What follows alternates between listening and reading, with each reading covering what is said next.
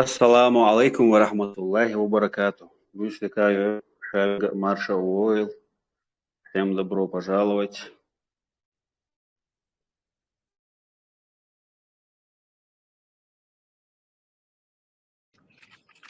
Алейкум салам ва рахматуллах, Ванси.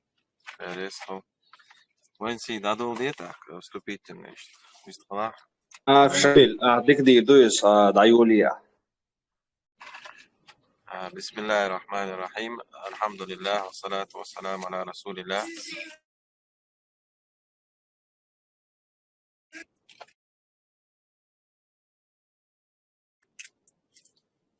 Сегодня, значит, как мы анонсировали, пройдет эфир с участием Ахмеда Закаева, премьер-министра Чеченской Республики Ичкерия, за рубежом.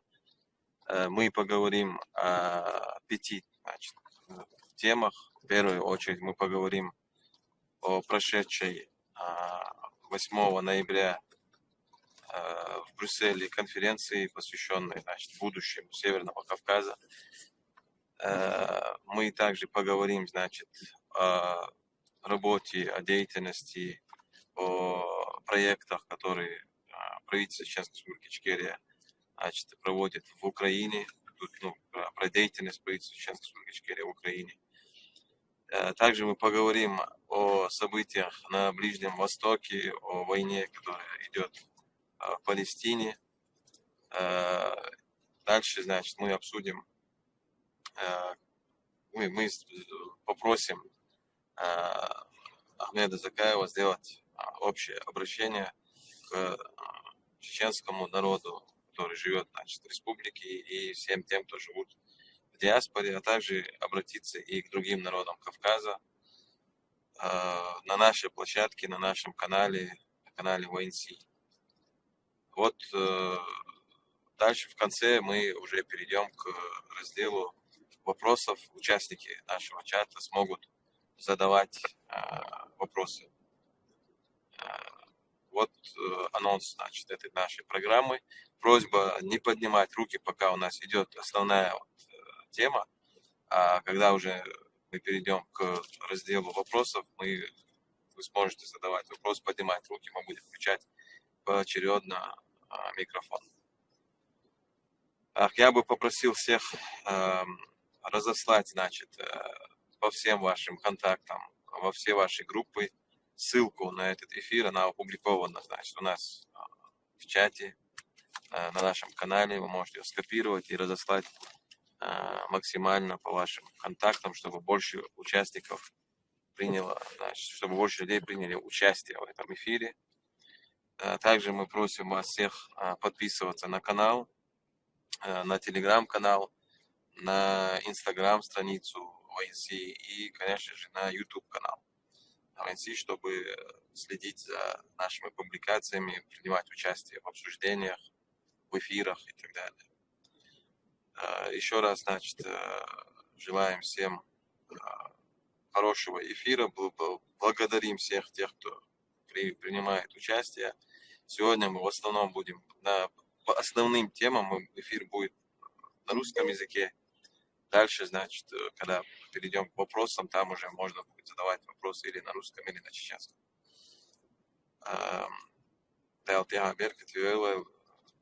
Минут 5 или максимум минут 5 Ахмад зайдет в эфир, и мы начнем. Если предварительно еще есть пару слов сказать, Ванси, ты напомни участникам наш регламент, наши правила. Особенно касается это, значит, последней части вопросов-ответов, чтобы там у нас все шло по нашему порядку. Шамиль, Дейлрейс Хуил, Баркал, Биргал Дакар. По правилам, Кучуах, Масана Йоши, правил Гоуши Дуна, Дистхел Доулолц. Юкта Гертер, Шейхаттер Шдуна, Тячдин, Халхи Рух, Чуа Элдер, то Чачу, Хатас Эл, Хаттер. اشتغوشي لارم تاني وير شات دايح كان دال مولا لتشخيرو قد إن شاء الله Так, Шамиль сберегал мадяхана, вай основной тем наш дайвил шутя хорани шей хаттер дала эхту харбушан. Масана дайрес хул дайлатен дал шей дал.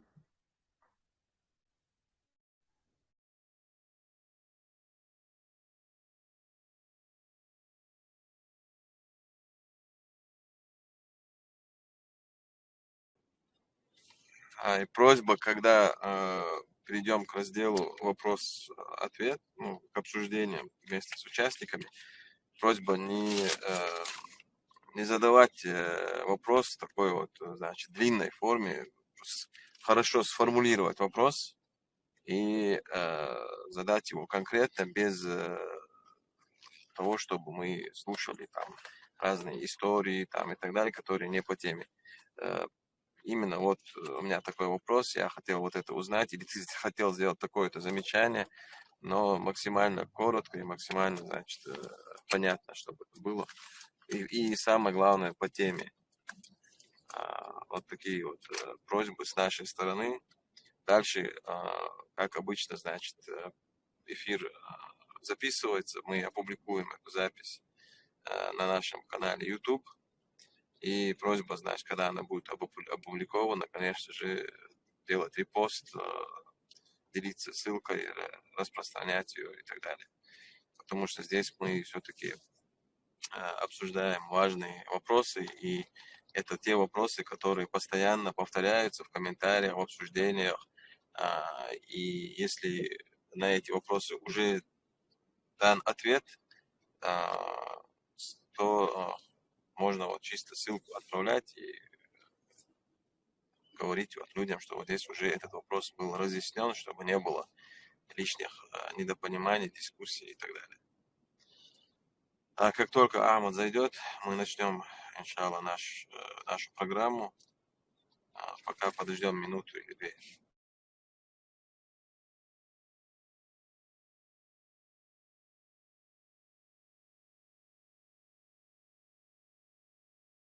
قد عبو الأدمينش وشعبو الله شيء نقاسن اتوخ تعدلاح حق دورقش.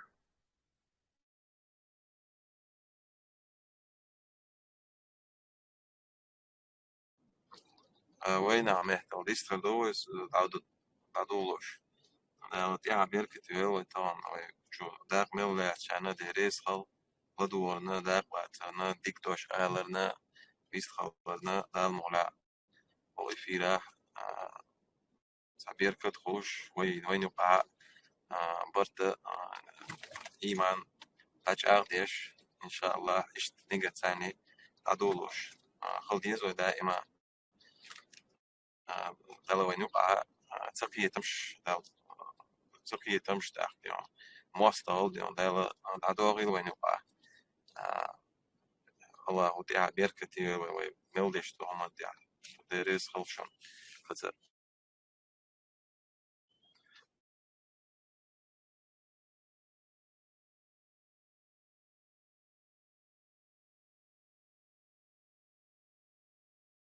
Шамиль, сам что дик биргал дякара, что хан вайдеш дол хаттерш по теме эфира хердолш хаттерш. Так дол фигир от эфир чур эрдолш дол хаттерш дол цедалар дол ди хердохвай. Ахмад, что я мацун Ахмад, весь холода. Аула микрофон. В основном, по основным темам просьба говорить на русском, а потом дальше уже в соответствии с вопросом многогласным. Нохчимата, хаттер дичта, нохчимата дисходовой, версимата, хаттер дала версимата дисходовой. Так, ассаламу алейкум, салам Маша. Я приветствую всех наших слушателей. Шамиль, я на связи, по-моему, вы меня слышите? Сухайшуй? Да, хорошо, маршвал, алейкум салам, рамтулlah. Тогда мы начнем по запланированной программе. Значит, первый пункт, который мы хотели обсудить, это прошедшая, значит, в Брюсселе, в Европарламенте конференция, посвященная будущему, значит, Северного Кавказа. мог бы ты озвучить, значит, твои впечатления, как вообще эта конференция была организована, кто ее был инициатором, какие участники приняли в ней, значит, участие, насколько важно эта конференция. У нас подготовлено пару вопросов, и мы будем, значит, по этой теме беседовать. И первый тем. Ищу. Награду. Ну, вопросы задаются на русском языке, я отвечаю на русском. Вопросы будут на чеченском, я буду отвечать на чеченском языке. Теперь относительно первого вопроса конференции о будущем Северного Кавказа и наше видение. Я думаю, что нам нужно вернуться немного чуть раньше. Ну, как и любое дело, сегодня все имеет свою предысторию. И конфедерация народов или конфедерация республик, свободных республик Кавказа, это тоже имеет свою предысторию.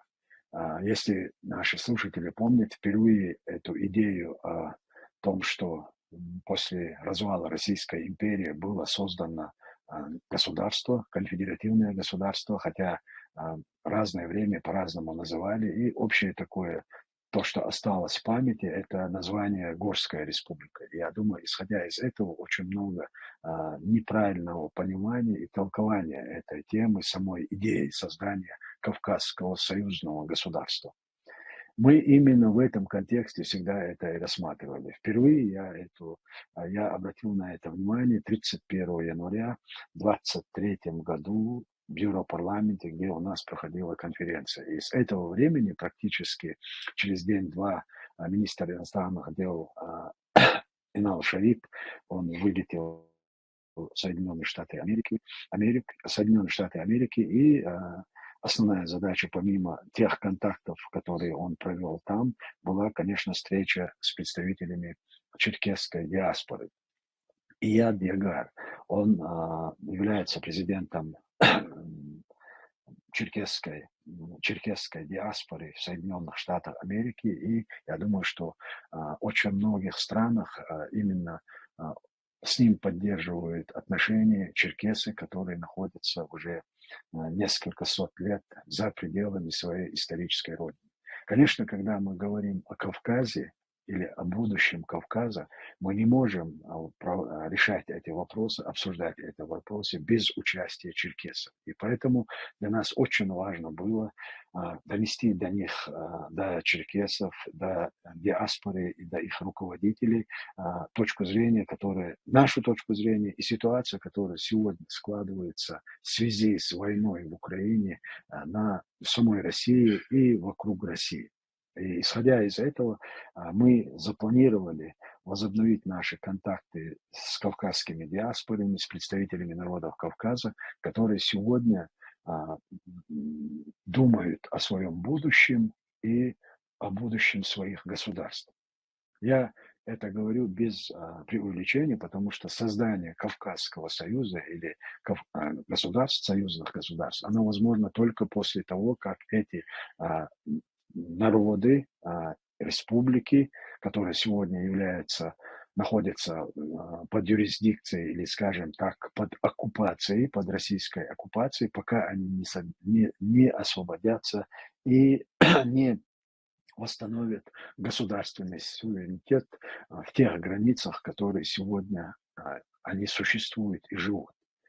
Вопрос в другом. Да, я понимаю, что очень много противоречий, связанных и с территориями, и с границами, и со всем, что там сегодня накапливалось, вернее, на сегодняшний день накопилось на Кавказе в связи с российской оккупацией и с влиянием России.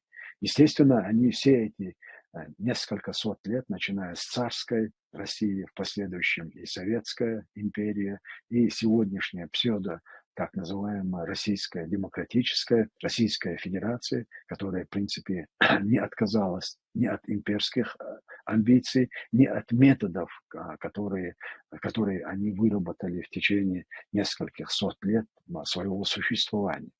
И, конечно, эти вопросы, они очень болезненные для всех нас. Но я абсолютно уверен в том, что до тех пор, если мы не создадим одну какую-то политическую площадку для решения всех этих вопросов, то русские или Россия, которая заложила эти мины замедленного или бомбы замедленного действия в каждом регионе на Кавказе, они могут сдетонировать, потому что влияние сразу влияние России, она не закончится. Естественно, Россия будет сопротивляться тому, чтобы Кавказ был свободным и освободился. И они будут проводить всякие провокации и диверсии против нас. Но для решения этих проблем необходима вот эта политическая площадка, которую мы сейчас создали. Что произошло после 31 января 2023 года? Да, как мы огласили, по согласованию с черкесами, с представителями черкесских диаспор, которые и в Соединенных Штатах Америки, и в Иордании, и в Турции, мы провели конференцию в Киеве 27-28 мая, посвященную к 105-й годовщине бывшего конфедеративного государства. 105-й годовщине, посвященная этому государственному образованию. Почему мы возвращаемся к этому проекту, или мы считаем, что это важно? Дело в том, что есть исторические прецеденты, и вот этот союз, конфедеративный союз, он имел политическое признание многих государств, десятков государств, которые признали Кавказскую Федерацию под названием Горская Республика как независимое государственное образование. И у нас есть другой опыт или другой пример. Страны Литвения, Латвия, Эстония, они более 60 лет находились под советской оккупацией, пока они не получили, пока не развалился СССР. И однако весь мир не признавал советскую оккупацию этих стран. И в последующем, как только СССР развалился, эти государства были признаны независимыми и суверенными. Я почему обращаю на это внимание? Потому что вот этот прецедент. 60 лет эти страны находились под советской оккупацией, и более 105 лет Кавказский регион находится под российской оккупацией.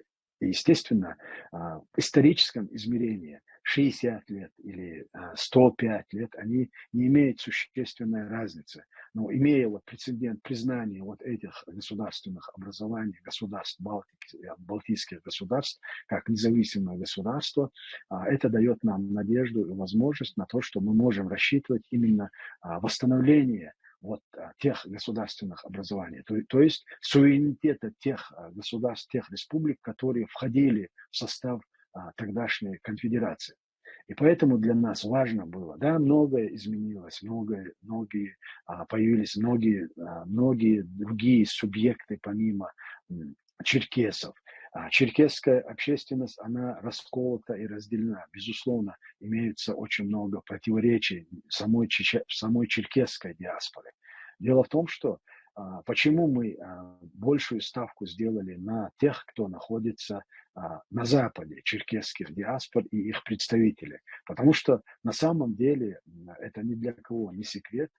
Те диаспоры и черкесские диаспоры, которые находятся в Турции, они разобщены, созданы более 140 или 150 организаций. То есть Россия как империя действует по принципу разделяй и властвуй. Конечно, объединение черкесов в единую какую-то мощную политическую силу – это опасно для самой России, для имперской России. И поэтому они делали все, чтобы влиять на эти диаспоры, которые находятся в Турции. Единственное, как мы из нашего опыта, из той информации, которой мы сегодня обладаем, не под влиянием России находятся именно те диаспоры, которые находятся в Соединенных Штатах Америки, в Израиле и частично в Иордании, несмотря на хорошие отношения России с Иорданией по многим вопросам, но в вопросах черкесской диаспоры и черкесов, которые проживают там, они очень различается от позиции тех, кто проживает на территории Турции. Поэтому для нас важно было заручиться поддержкой именно черкесов, находящихся не под влиянием России. Но и в то же время, когда мы провели первую встречу на конференции, и до конференции, за один день до конференции прибыли делегаты из Турции и Соединенных Штатов Америки, и после нашей конференции, во время наших встреч, нам просто абсолютно стало очевидным, что именно делегация и те наши опасения относительно того, что именно диаспоры или представители диаспоры из Турции, которые прибыли туда, они будут категорически против того проекта.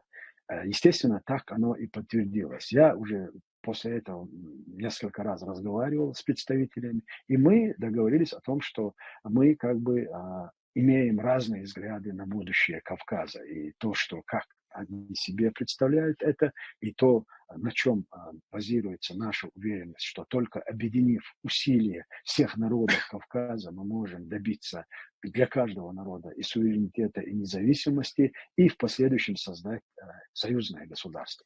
Вот исходя из этих моментов, и было принято решение, да, кстати, еще один момент, который я хочу упомянуть, в резолюции, которая прошла в Киеве конференции, в резолюции этой конференции был один из пунктов провести конференцию или съезд представителей народов, тех, кто согласны создать общую политическую платформу в Брюсселе. И исходя из этого мы вели разговор и консультации с представителями турецкой диаспоры. Они категорически отказались рассматривать этот вопрос и сказали, что они категорически против того, чтобы была создана вот такого рода платформа. И дальше мы уже были свободны от обязательств перед ними, потому что мы недвусмысленно им заявили и сказали, что наша основная задача – это создать вот такую платформу, где решались бы все вопросы, связанные и с территорией, и с границами, и, конечно, и с будущим всего Кавказа. И мы 7-8 ноября провели такой форум в Брюсселе. Сначала мы встретились отдельно, представители Дагестана, Ингушетии, Черкесии и Чеченской Республики. Черкесская диаспора представляли несколько несколько народностей. Ну, вообще, я не хочу сейчас вникать и вдаваться в подробности вот их разногласий, почему они сложились и почему вот так они разобщены. Но дело в том, что те, с кем мы разговаривали, они всецело поддерживают идею создания союзного государства. То есть для того, чтобы создать союзное государство, это касается уже, скорее всего, наверное, второго вопроса по этой теме, мы отказываемся от суверенитета, что это будет и в какой форме мы видим себе будущее. Да, никто не отказывается от суверенитета, в данном случае я говорю о Чеченской Республике Ичкерия, а другие народы, они должны добиться и восстановить свой суверенитет, который они имели еще в 90-е годы, когда они, проведя референдум, провозгласили декларацию о государственном суверенитете. И та ситуация, которая сегодня складывается на Кавказе, я не беру уже всю, я беру только те регионы, те республики, которые сегодня находятся под юрисдикцией России, а на самом деле под оккупацией России. Если в 1992 году у представителей этих народов и у самих этих народов были иллюзии по поводу своего будущего, потому что в их конституциях были очень четко приведены данные о том, что они являются суверенными, независимыми государственными образованиями. И основываясь на эти конституции и на те принципы, которые они изложили в своих конституциях, они подписали федеративный договор.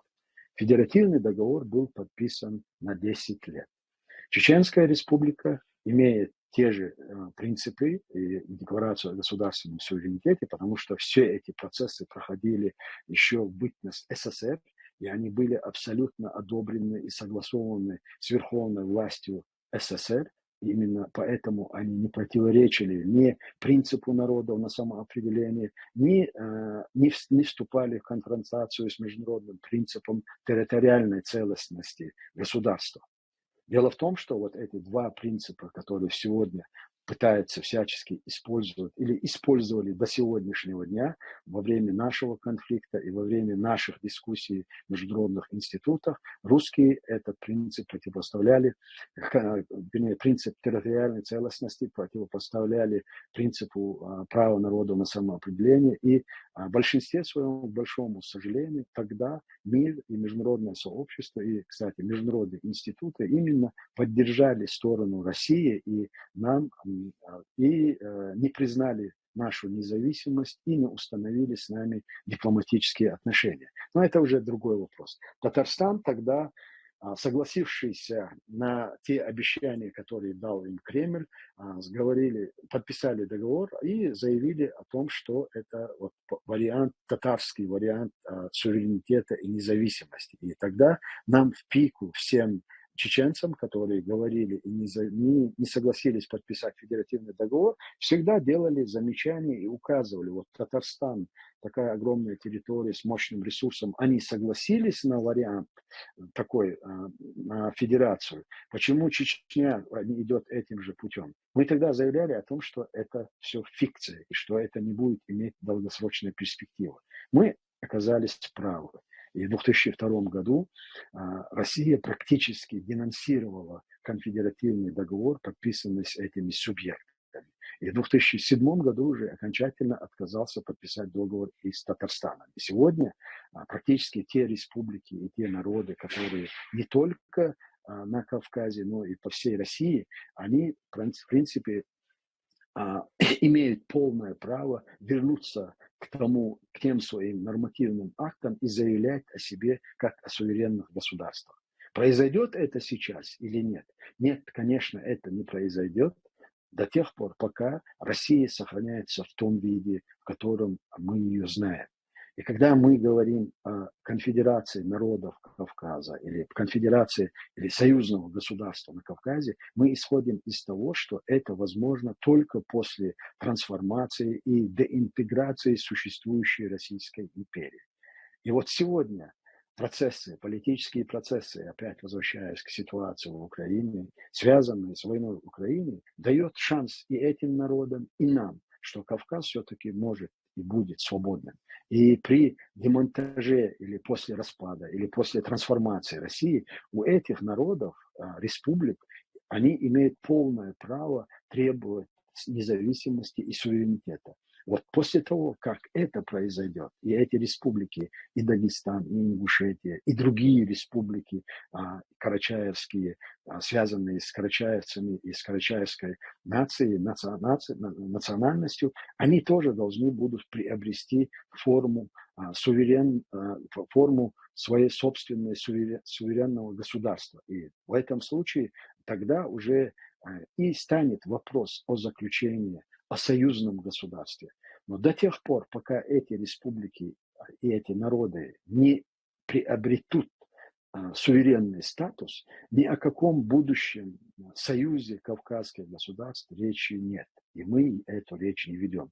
Но почему мы инициировали эти процессы? И почему мы включились в этот политический процесс, будучи уже частично признанным, и сама Украина. Я уже не говорю о том, что в 1997 году 57 государств мира, ОБСЕ, они признали нашу независимость.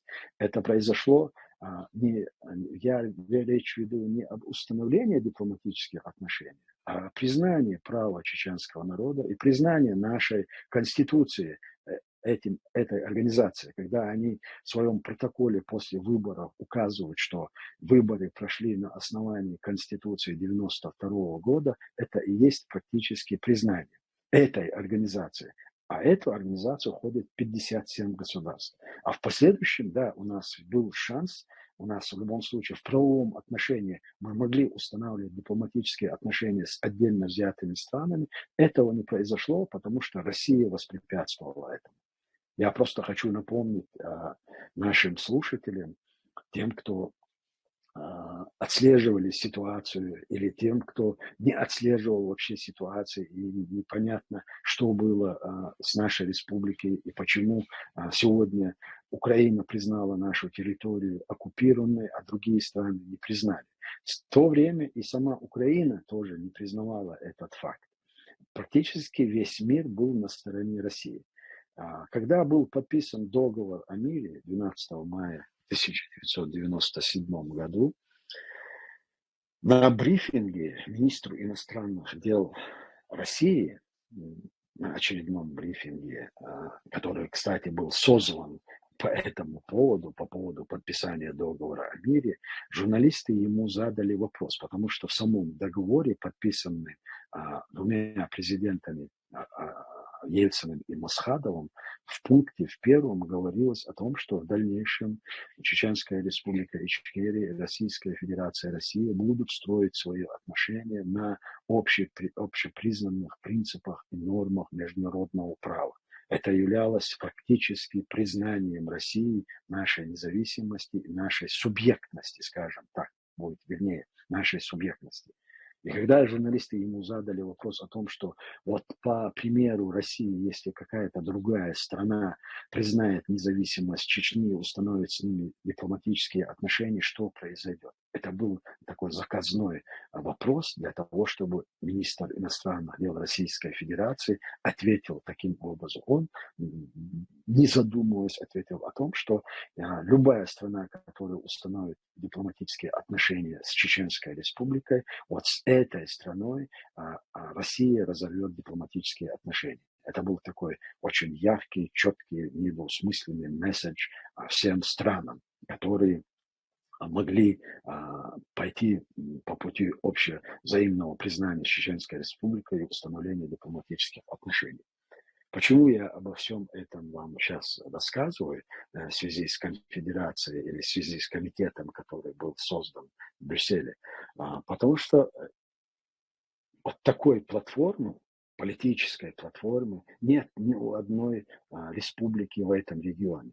И мы, конечно, вот от этого политического багажа, который у нас есть, то есть мы признанная страна, которая находится под российской оккупацией, мы никогда от этого не откажемся.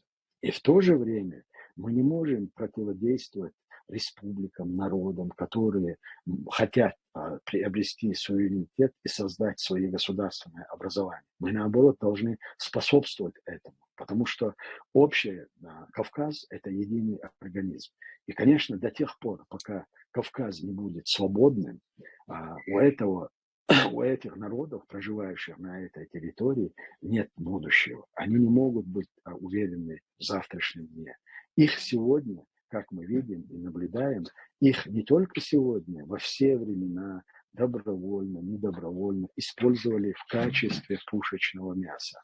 А сегодняшняя война России против Украины, она нам очень четко демонстрирует, в качестве кого нужны эти народы для России, для Российской империи, в качестве расходного материала. Да, они сегодня установили там режимы, они набрали коллаборантов, которые очень хорошо вписались в те коррупционные структуры и схемы России и лично обогащаются, и тем самым их личное обогащение идет против интересов народов, которые якобы они представляют. И так будет продолжаться до тех пор, пока эти народы не обретут независимость своих тех территориях, в которых они проживают, и суверенитет. И поэтому мы считаем, что как независимые, которые имеют очень мощный политический багаж и на сегодняшний день являются признанным государством, хотя находятся под российской оккупацией, мы должны возглавлять это движение. Мы должны способствовать тому, чтобы эти народы, наши братские народы, обрели суверенитет и независимость. И мы должны приложить все усилия к тому, чтобы вот те мины замедленного действия или бомбы замедленного действия, которые Россия на протяжении последних нескольких столетий закладывает между нашими народами, заложила, чтобы они не сдетонировали, чтобы мы абсолютно по-кавказски используя наш опыт, исторический опыт сосуществования в этой стране, на Кавказе, имея свою очень мощную историю, должны делать так, чтобы те бомбы или те мины или та пропагандистская машина, которая работает сегодня против наших народов, чтобы она потерпела поражение, и чтобы мы раз и навсегда, избавившись от российского влияния, построили наше будущее. И нам это видится именно в том ключе, что вот создание союзного государства, оно гарантирует стабильность, оно гарантирует развитие, процветание и уверенность в завтрашнем дне, что люди и народы, которые проживают там, они абсолютно самодостаточны и в природных ресурсах, и вообще сами по себе, и они в состоянии совместно решать свои вопросы, и спорные, и вопросы, связанные с будущим и с развитием этого региона. Исходя вот из всех этих моментов, из всех исторических фактов и из тех политических реалий, которые складываются сегодня и в мире, и в самой России, мы посчитали, что восстановление или создание вот этой общей политической платформы для представителей, для народов Кавказа, она имеет огромную роль. И мы приложили все усилия, чтобы этого добиться. И мы, как стали свидетелями, это произошло. Этот комитет, он существует, эта площадка создана, и она с каждым днем будет только усиливаться и расширять свое влияние. Я в этом не сомневаюсь, что найдутся здоровые силы среди всех народов Кавказа, которые думают о будущем своего народа и о том, как будет складываться ситуация в общем на Кавказе. Шамиль, я думаю, если будут какие-то конкретные вопросы, я готов буду ответить. А в целом, мне кажется, я ответил на твой вопрос. Алла, да, если ты позволишь, сейчас мы зададим 3 вопроса касательно вот этой темы. وين الدين دول قمع سيد محمد ويستخل قمع دي حدول خاتش هيز دادي ميجر دول. السلام عليكم ورحمة الله وبركاته. أحمد مرشور مصر مرشدون. وعليكم السلام ورحمة الله وبركاته. أحمد سيخاتر شخيخان سيوش العدو الدوغة الحلقة اللي خاتر صلادو شونا غورسكي ريسبوبليك بور كوكاز أمنش هوشخ قيات ساكيوغل وولوش تابتشاق يردو يهور بتشاق وشين مرشو دقيقين شوفيها يوقع برت سيوز بوردو إزدرق حلر خاتر ديك دودا اسيرسي متى سون عايتا سون جواب ديلر دلا هيزدا لا نوشي متى وردو اسون جواب نوشي متى هينز بارو نيابرا دوندا بارو نيابرا دوندا ويوتسغ غورسكي ريسبوبليكات وغورسكي ريسبوبليك حغير بحن اسديتر هند اتشي زامن شا يقبل يشخنا اذا دقو بتشاخش اتياسو بتشاخو قوبلينا بتشاخ لاتن يوديلا и от история ой хилдо хумант этоже тан we бимbolш белт яха сунса чакиолш из чактака цундел хахендер итсе цундел яхадер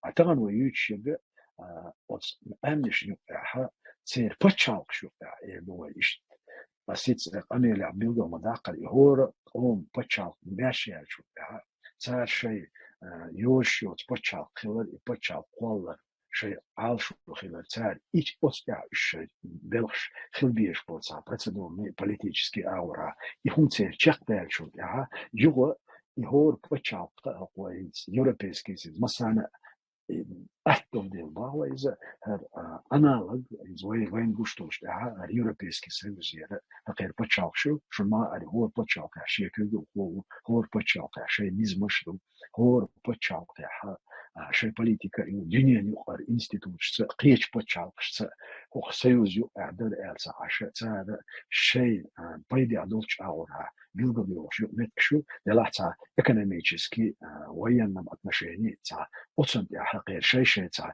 حقا يقرأ مسألة أوبود إلا تا يقرأ نزمشدو أما كاتش دي راحة إيش ماش بتشالقش يقولش وين وشتاق وين خيشتاق إز وين أسكافكاسكي سيوز دع بيلو داقشتاق إز أنا لا يقول نو قتاعما دوسنا أتيدم بغيت وشتاق إذا غورسكي ريسبوبليك ألشينز حلق ويخليو بتشالقي حلق خليو سيوز بتشالقي أتشين مثل لتاني قال ليش من طعم اليوروبيسكي سيوز هتا حتى بوخ واحد من بوخ تانا هما الحين استغن هقير لا كلهم مش يقنوا ولا تكنولوجي شداقي واش داقي تبع شو يقانيو او يقو ديناميكا خلاتيغا اما سير بوليتيكي بوخ بو بوليتيكي بوخ هتا حتى بيلغو باخني بو هقا تاع ديالو شبك واش جيم اوستاغين بول اما هتا دون دا كوفكاس خوش شيء استوريا وقام مش متر تصدقنا هور شيء دوزة خلا هورنا شيء محكة خلا أتمحكة تاع يقرل دليل وش إنستيتوت خلا هتا إشقيش كيه بأخلاها أما أتنتيجنا هتا غورسكي سيوز كونفدراتسي كافكازا الغوشختوان بيرش تاع تسمى ريسبوبليك ألا وتعيش أتزامن شو عيون شخينا ريسبوبليك فرانسي قيتشن عارة فرانسي تاع أصلا خلا ريسبوبليك خلا هتا تاع مو درش جزائز يرسم تاع عيش نو إيش مسارة تاع أوبل نتلوش خلا إيتير ماشو خلا دوي وتقام وتبتشاق ماش خلا تاع يق عيون يق متكش إيش تاع نيسون إتوش خلا يتسون ديلا هقارة تسقط عن حوالي إيش كوكاسكي سيوز إيش حوالي إيش كوكا غورسكي ريسبوبليك ألا إيش بيلقى ليه قبل عين زويد يشتجع زويد حباش بوش بيل وين قشتجع سيوز يوق سيد محمد وتماش بتشالقي سيوز يوق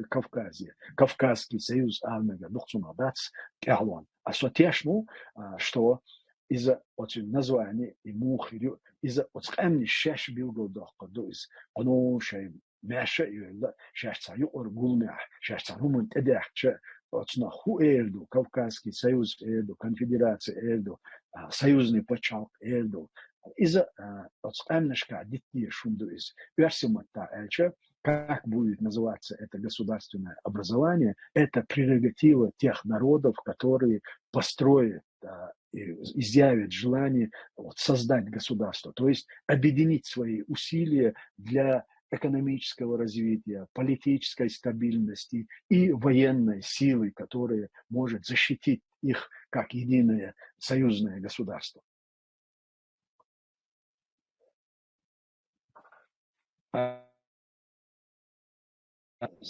سيد محمد جواب خلالي عنصنق أحمد ديريس خل جواب خلالون أحمد أرشول خاطر هروي مغا أرو أرع دقونيغا كل شتول خاطر شتول ديرشتول بوندا بين بول بروي أحمد إن شول خاطر دوسا وي مارش ونقاشة وي يشول خيني دعهدنا وي هم كيلدتوش خني رمداس تيعيز وين ويشنا تؤشيوش شول خن يلا إيش دونا وين مغارو أرع إيش تخيتر شخيت دوق وينا تنغلع تويدر عمد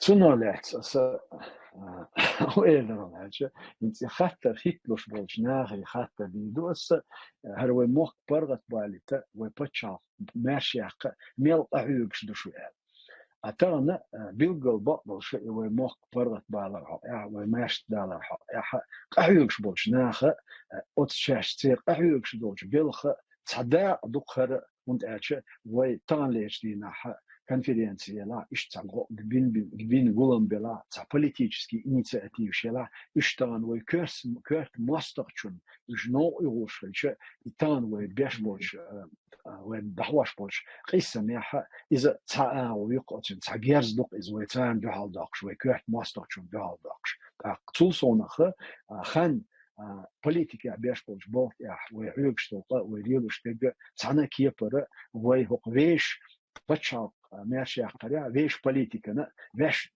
مش ما بوليت وي почал мешьяхкаря давай дахошоч политика на цана аурха уч ауру тяат амбеш болбат свой бешбег дикч ауру ودنيا ترجو طبعا ويجع دول شحول ثاني ويجع لاتش دول شحول ثاني إيش دقيقة من شخيلر آخر وحبش بالبوخ هرتغن وتصبت شاق ماشي على الرخ نقصنا روسيا هين طبعا شاخيلوش كيبيع يساحة إذا تنجر ظلم قيح قشق دير تغلر وكواتش دير عويت اتدن بغياتش داقة ويواش ماش دولة تعاشر قيق آمنيش طبعا أترسي أول اللي كلا دول آمنيش إيش برغت دول ديز شخيلر أتق آمني وكلش طبعا وينوق خيلش يغلق دوتش خيلش إذا الدنيا خزة أقوت وبيش بولش بولخن تدو يغيت بوليتيك حولها وبيش بولش بولخن تدو يغيت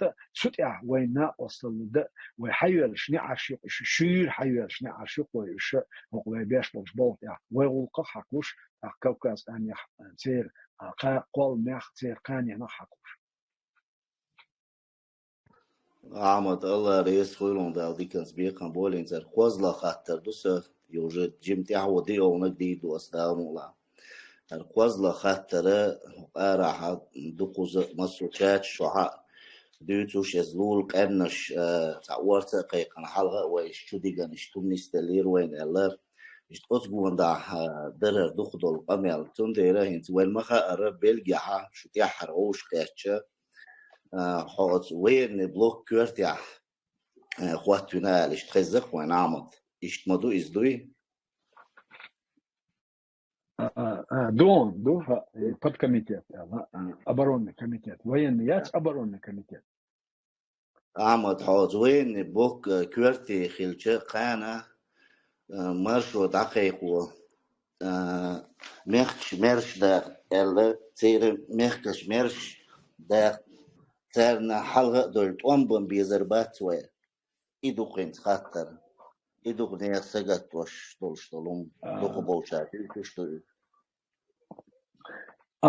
بول بلاها إيش تسخيلر تنتعشي كويات أما ترى وحي وش دول قميل هنت أهواتين دول خاطر إذا قدولش قامني الشيخ حقوش دول ديلا وتسوي كوكاز بيش وش قامني حقوش دول ديلا بول بلاها версия متى يدوتو نادك نوخش متى إيش وكرت عاشو طبعا ليش دينها يكفكاز تمت ماشي قردات شنا يكفكاز رسي يحشو ماشي إيش قداوي وتس كفكازيا دحوان بالبالخ ودحوان البوليتيكا ودحوان الحقوق وتسنت دوز يكرتش دير إن صون ديل داخل إن حقين ديل باس إذا ويقوى إيزوش أرتس نشدوش وتس كفكاز أنش ويتا تمن مسلمان وحلقش يلا صنع البيتن يقوى بيتنين دوزر داتستيا. Теперь повторю на русском языке. Опасения тех, кто сегодня считает, что вот этот комитет по освобождению Кавказа и те подкомитеты, которые созданы там, это информационный комитет. Я очень извиняюсь, видимо, потому что я в своем первом вопросе не коснулся самой структуры. Вот есть комитет, есть руководство этого комитета и есть подкомитеты. Это политический комитет, который руководителем является наш министр иностранных дел Инал Шариф. Это информационный комитет, он возглавляется Шамилем Албаковым, он же Шамиль Албаков является и председателем комитета, то есть заместителем ИАДа. ИАД является руководителем этой организации. И еще один, у него двое заместителей, один из них Шамиль Албаков. И Шамиль Албаков, он же является руководителем информационного подкомитета. Есть комитет, юридический комитет, это возглавляет Мурат. Так, есть оборонный, комитет обороны. Вот этот комитет, руководство этим комитетом возложили на меня. И я сразу определил одного из заместителей этого подкомитета, это Ахмад Ахмедов. Это дагестанец, он президент Конгресса дагестанцев, дагестанского народа в Украине. И теперь уже возвращаясь более конкретно к вопросу. Вот сама структура, о чем мы говорим. Политический комитет, он будет работать в направлении, собирая политические, вернее, доводя до мировой общественности политическую составляющую этого комитета. Информационный комитет будет распространять, выдавать информацию, связанную с той системой, структурой и с теми работами, которые мы юридически, он будет определять юридические моменты, связанные по созданию какой-то общей единой концепции для развития всего Кавказа. И военный комитет. Это военный комитет, не военный комитет, а комитет обороны. Наша задача заключается в том, чтобы сегодня в Украине есть определенные силы из Кавказа, которые противодействуют и воюют против России и российской агрессии.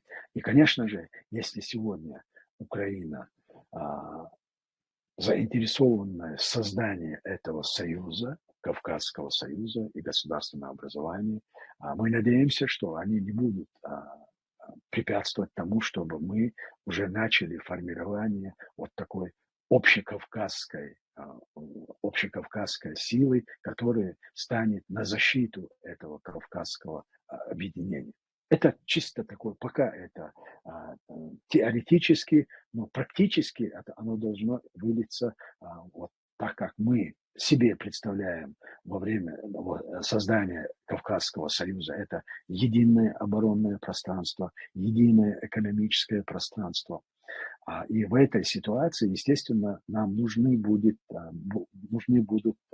объединенные силы для защиты интересов этого государственного образования. И мы с самого начала будем закладывать фундамент под объединенные силы, которые станут и будут являться, будут защищать интересы этого союзного государства.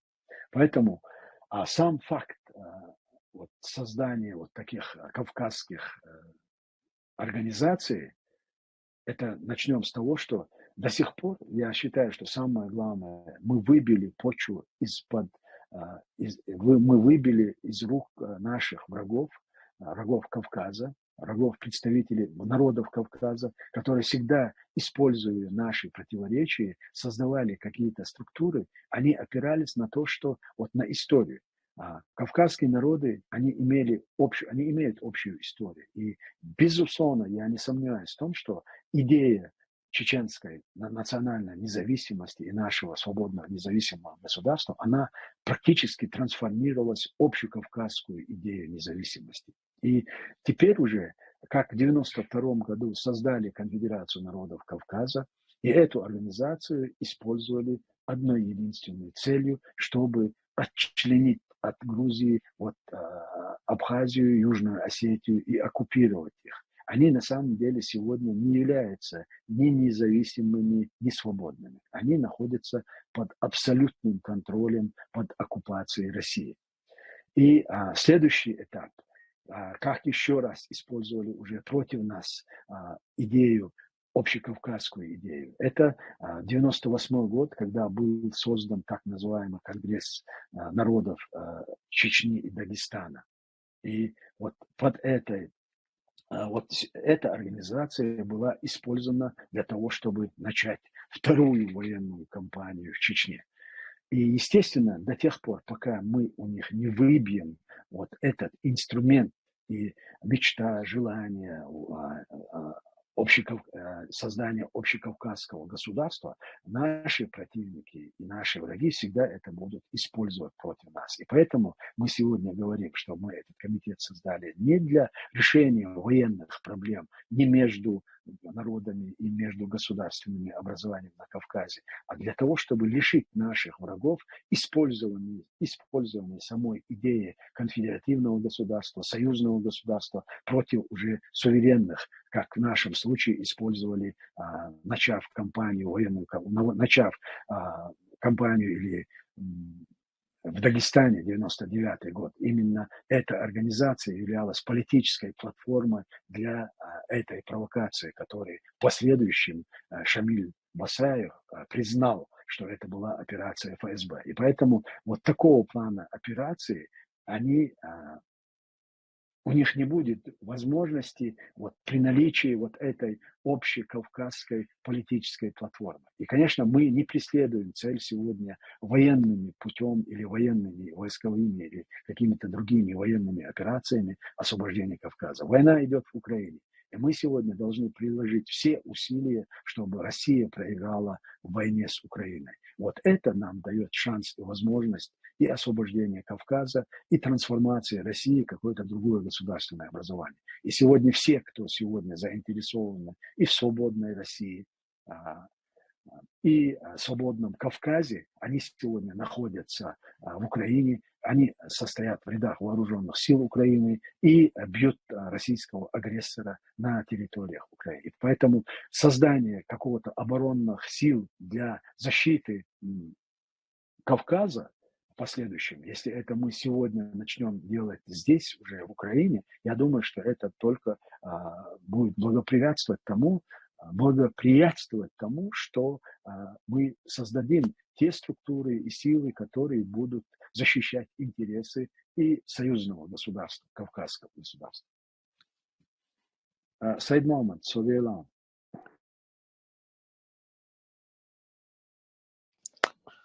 Said Mohammed, drop Halorion. Said Mohammed. Yok Allah mahsus. Deres khal Ahmad, deres khal likas bikham bol khajwab khalilon Ahmad. Ahmad, тогда мы перейдем к следующему пункту нашей программы касательно Украины. Мы все видим, что ты, как председатель правительства Чешской Республики Ичкерия, министр обороны и другие, значит, члены правительства, они почти постоянно находятся в Украине, и там проводится очень масштабная работа, как политически, так и в военном плане. Мог бы ты познакомить аудиторию с тем, что можно озвучить из этих мероприятий, которые намечаются, которые проведены, из той работы, которая ведется касательно военного, значит, составляющего, как сегодня состоит обстановка на фронте. Мы знаем, что буквально на днях был успех украинской армии, был прорыв на примерно 10 квадратных километров через Днепр. Во всех этих процессах, касательно всех этих процессов, что мы можем озвучить и что мы можем рассказать нашей аудитории? Allah Resho.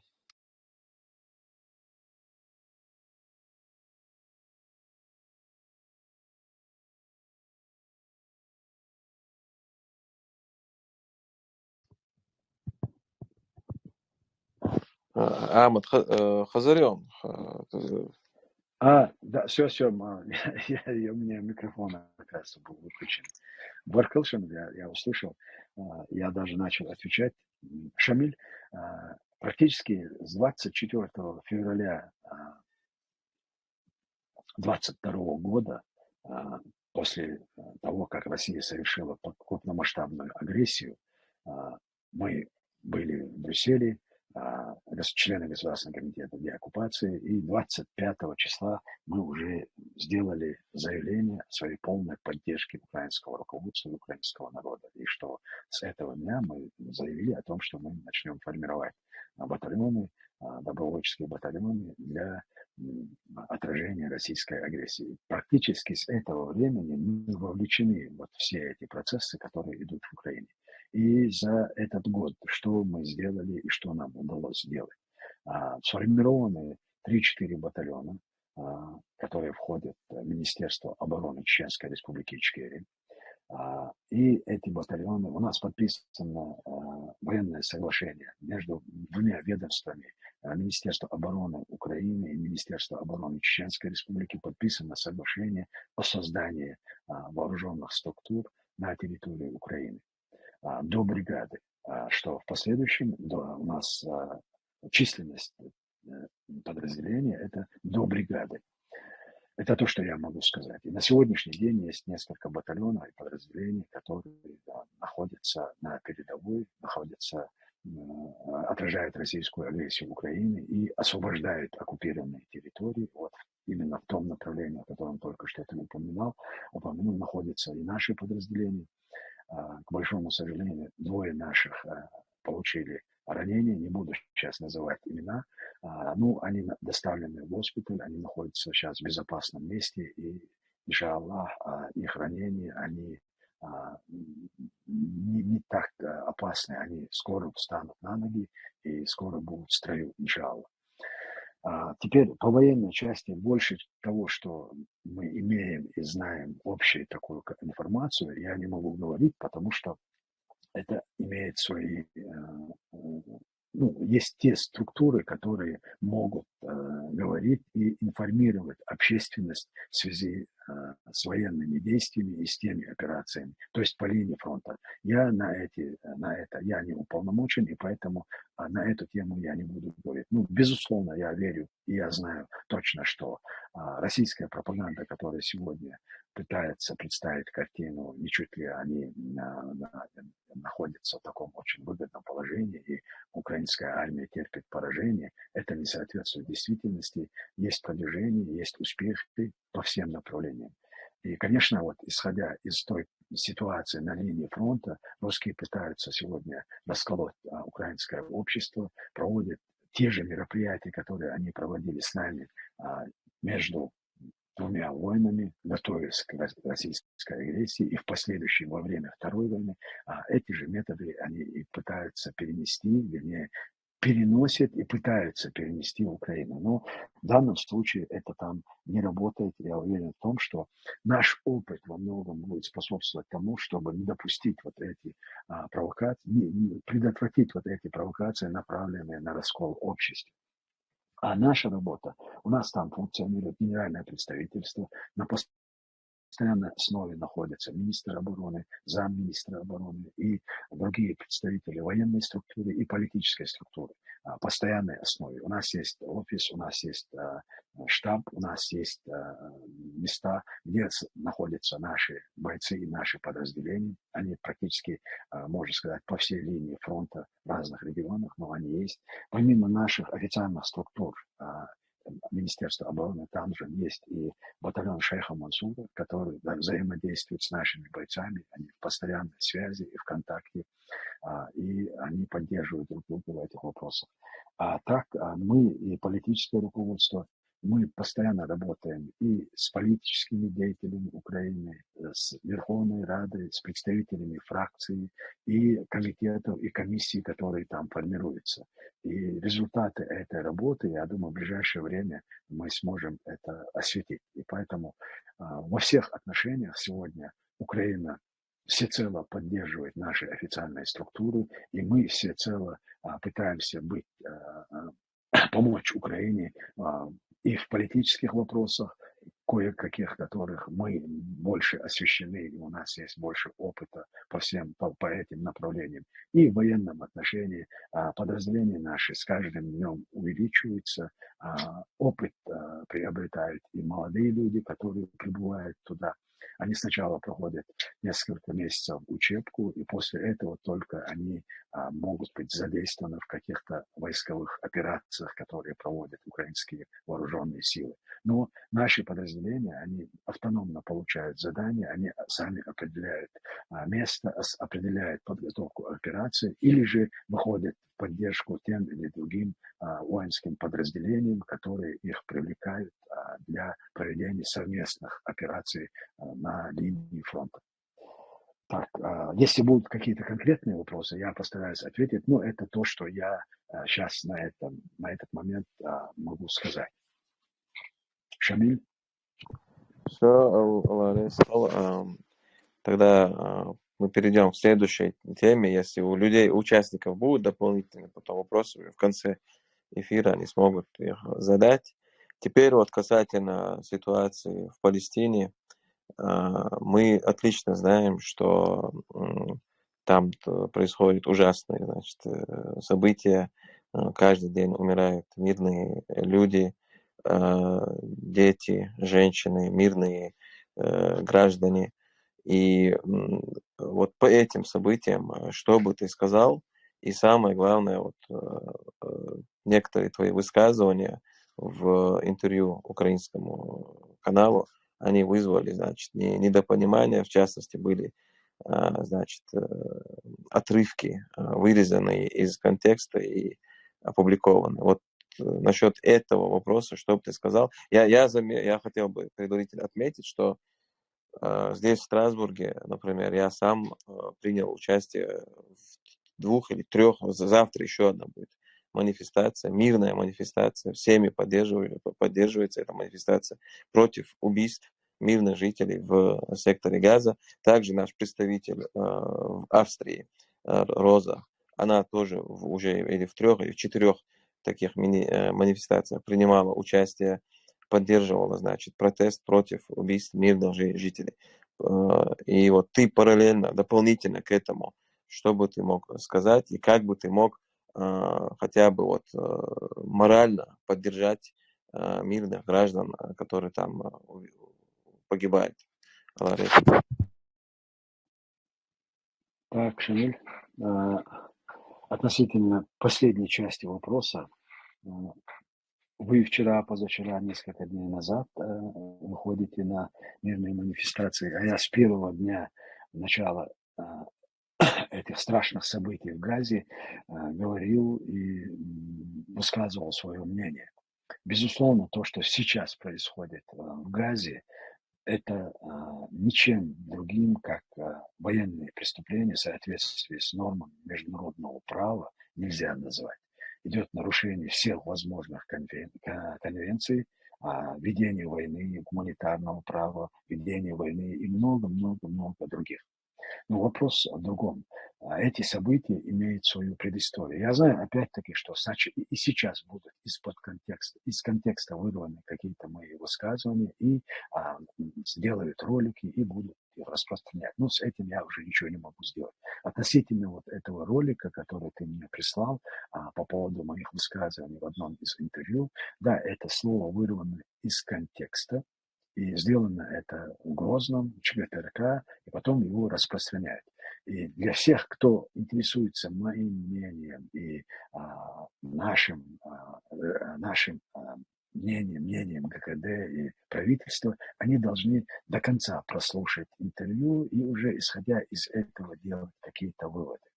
А вообще, чтобы разобраться, сегодня сложилась такая ситуация, если вы говорите что-либо относительно 7 октября, когда Хамас совершил террористический акт, вас обвиняют в антипалестинских каких-то высказываниях. Когда вы говорите о военных преступлениях, которые сегодня правительство Израиля совершает в Газе, вас обвиняют в антиизраильских и в антиеврейских каких-то пропаганде. Ну, эта ситуация сложилась. Почему? Просто мы все знаем историю на Ближнем Востоке. Уже 70 лет, я думаю, несколько поколений выросло, а несколько поколений уже умерло с этим конфликтом. Мое отношение к тому, что происходит сегодня в Палестине, я абсолютно уверен в том, что этот конфликт и эта война не имеет военного решения. Это исключительно политический конфликт, это не религиозный конфликт, это политический конфликт. И что там происходит все эти годы, и какие страны вовлечены, и кто какую выгоду из этого имеет. Начнем с того, что еще в 40-е годы, когда создавалось государство Израиль, именно Советский Союз и Сталин играли решающую роль. Я и тогда говорил, я знаю, что некоторым не понравилось, что это политически. Я говорил не о идее создания государства Израиль, о том, как оно было сделано и о последствиях этого. Сталин, когда СССР, они поддержали сначала создание израильского государства на тех каких-то спорных территориях, и в последующем, через какое-то время, когда они начали извлекать из этого какую-то выгоду для себя и рассорились, и период становления, период начала холодной войны, они изменили свое отношение к этому и создали Организацию освобождения Палестины. И с этого времени, в принципе, СССР до конца и сегодняшняя Россия манипулирует этой ситуацией и влияет на те события, которые происходят там. И они всегда хотят быть участниками вот всех этих процессов. Давайте теперь коснемся вообще ситуации последние годы относительно разрешения этого конфликта. Разрешение этого конфликта находится исключительно в политической плоскости. И вот концепция «два народа, два государства», она только может положить конец этому противостоянию и этому насилию, которое периодически начинает реализовываться в этом регионе. И самое главное, кто выигрывает от этого, кому это выгодно и кто от этого получает какие-то политические или другие дивиденды. И почему сама идея создания палестинского государства, она блокируется, в частности, Россией. Потому что разрешение этого конфликта во многом Россия может утратить свое влияние на Ближнем Востоке. Именно 2006 год, когда практически были достигнуты договоренности о создании палестинского государства, именно Россия способствовала тому, что сектор Газа был захвачен организацией Хамас, и просто надо освежить память, как что происходило.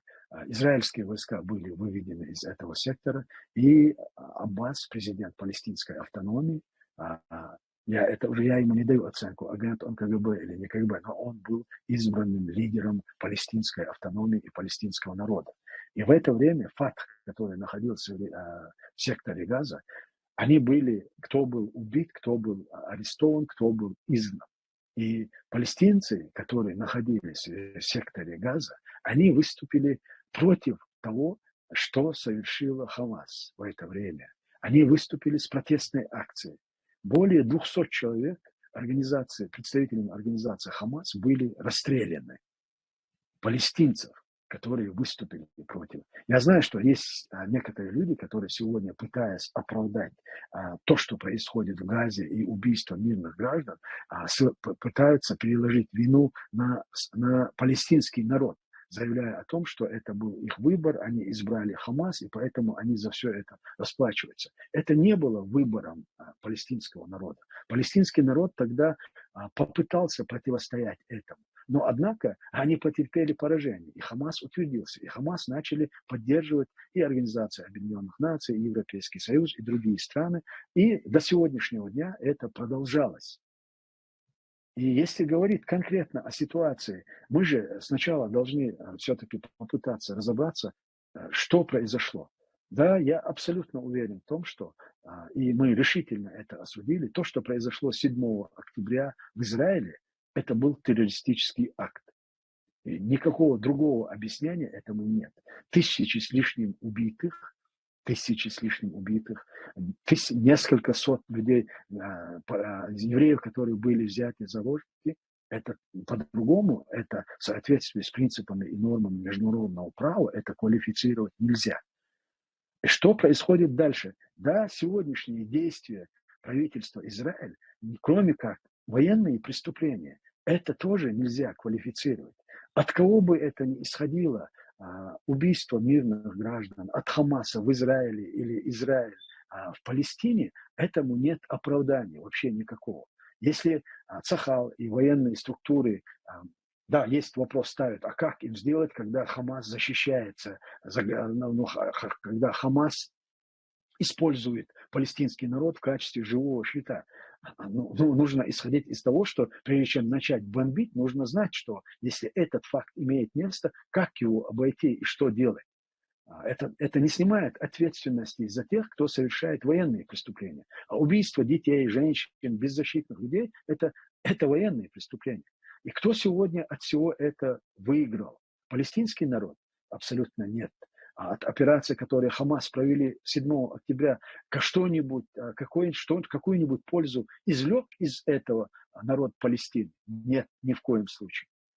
из того, что сегодня Цахал или правительство Нетаньяху делает в Палестине, в Газе, расстреливая, убивая мирных граждан, они делают что-то полезное против? Нет, не делают.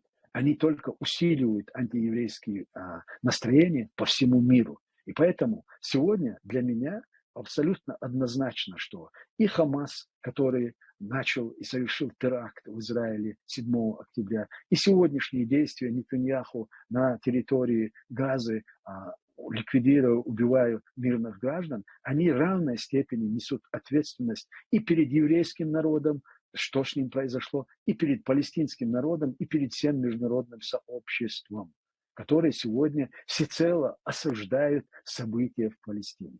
И мы этот вопрос, мы об этом сказали раньше, чем кто-либо. И мы о своей позиции заявили раньше, чем кто-либо. И теперь, да, нужно знать ситуацию, общую ситуацию, когда и почему происходит то, что происходит сегодня в секторе Газа. Я хочу вернуться немножко к ситуации.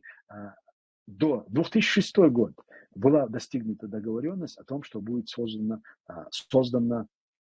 палестинское государство, 2 государства. С этого времени Хамас и Хизбалла начали свои действия и практически прервали вот этот процесс и предотвратили его. И все эти годы они управляли сектором Газа. Теперь возьмем другой вопрос. Обстрелы, тоже, кстати, тоже немаловажный вопрос. Обстрелы со стороны Хамас по Израилю, ракеты, которые есть. Кто-нибудь задумывается над тем, что если это исходит из каких-то религиозных соображений, что вот евреи, они не мусульмане, и поэтому их можно убивать. Это не имеет абсолютно никакого оправдания. Дело в том, что сегодня в Израиле находится 1 600 000 мусульман, которые живут в этом государстве. И они не проводят никакие антиеврейские акции на территории этого государства. Они живут в этом государстве, они имеют свои какие-то и живут там. И они входят и в властные структуры. И сегодня в израильском парламенте заседают арабы, палестинцы, которые голосуют и принимают решения. Поэтому это не оправдание. И теперь другой вопрос. Самое главное, то, что я хотел сказать. Создание палестинского государства – это только решение этой проблемы. И то, что сегодня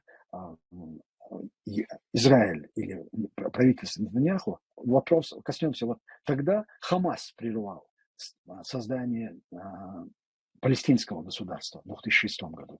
Вот сегодня последние события 7 октября. Кто-нибудь следил за тем, что происходило в Израиле? Какие протестные акции были против Нетаньяху? Да, и в этой ситуации, если кто-то пытается убедить меня в том, что такую масштабную операцию, которую провели Хамас на территории Израиля, что она прошло незаметно для специальных структур Израиля, или что правительство просто прозевало это событие, я в это никогда не поверю. Почему-то сегодня от того, что произошло, позиции Нетаньяху, может быть, им кажется, что сегодня они усилились, они не усилились. Я уверен в том, что те протестные акции, которые сегодня начинаются и начались в Израиле против правительства, они будут иметь свои последствия. И, естественно, сегодняшнее правительство Израиля, они должны будут они понесут ответственность за то, что произошло и 7 октября на территории Израиля, и тому, что сегодня происходит в Газе. Да? Сегодня получается, что ни в чей адрес вообще нельзя ничего сказать, потому что это воспринимается абсолютно или так, или как антиеврейский подход, или как антипалестинский. Объективная информация, она не может быть кем-то... Да, есть двойные стандарты, есть попытки переиначить все и выдать это как данность, или как факт, или как отношение. В данном случае мы имеем дело с тем, что дивиденды из всего, что произошло и происходит и в Газе, и в Израиле, извлекает Россия. Россия, которая с 2006 года сотрудничает с Хамас, и именно в тот момент, когда Путин оказался вне удел и в мировых и международных делах он является на самом деле изгоем и нерукопожатным, совершается вот эта акция. Первое, кто и какие дивиденды. Путин сегодня, он отвлек внимание от Украины, от тех преступлений, которые он там совершает. Сегодня первые страницы в агентствах мировой прессы, они занимают Израиль и Газа. Украинский вопрос отошел на второй план. И это было сделано именно с целью, чтобы отвлечь внимание от Украины и с тем, чтобы снова попытаться повлиять, вернее, быть востребованным в разрешении палестино-израильского конфликта, каким Россия являлась все эти десятилетия. И у меня нет сомнений в том, что именно Россия, как государство, и эта система, они были заинтересованы в том, что происходит. И отчасти несет ответственность за это и правительство Израиля. И, конечно, ответственность за то, что сегодня происходит в Газе, ложится прямо, не косвенно, а прямо на организацию Хамас, которые спровоцировали сегодняшнюю ситуацию. Мы не углубляемся в сам конфликт. Этот конфликт заложен не сегодня, он заложен 70 лет назад. Но последние события, которые происходят там и на Ближнем Востоке, они связаны непосредственно с действиями, которые совершил Хамас. И мы знаем, что и сегодня, и вчера, и до этого, после 7 октября они были в Москве. Несколько дней назад они были в Санкт-Петербурге, именно представители организации Хамас. И они во всех вопросах проводят консультации именно с Россией. Если кто-то считает и думает, что мы, в частности, в данном случае, правительство Чеченской Республики за рубежом или Государственный комитет деоккупации может занять позицию Кадырова и Путина в этом конфликте, они глубоко ошибаются. И в то же время я должен донести до всех. Я не намерен сегодня перекладывать вину на чеченский народ за все те события, которые происходят там. Если кто-то от меня ждет каких-то других заявлений, помимо того, что я сделал тогда, дав оценку событиям и 7 октября, и всему, что сегодня происходит в Палестине, если кто-то что-то другое ждет, они этого не дождутся. Я просто одно не понимаю. Сегодня те, которые, хочу и предостеречь, те, которые сегодня ведут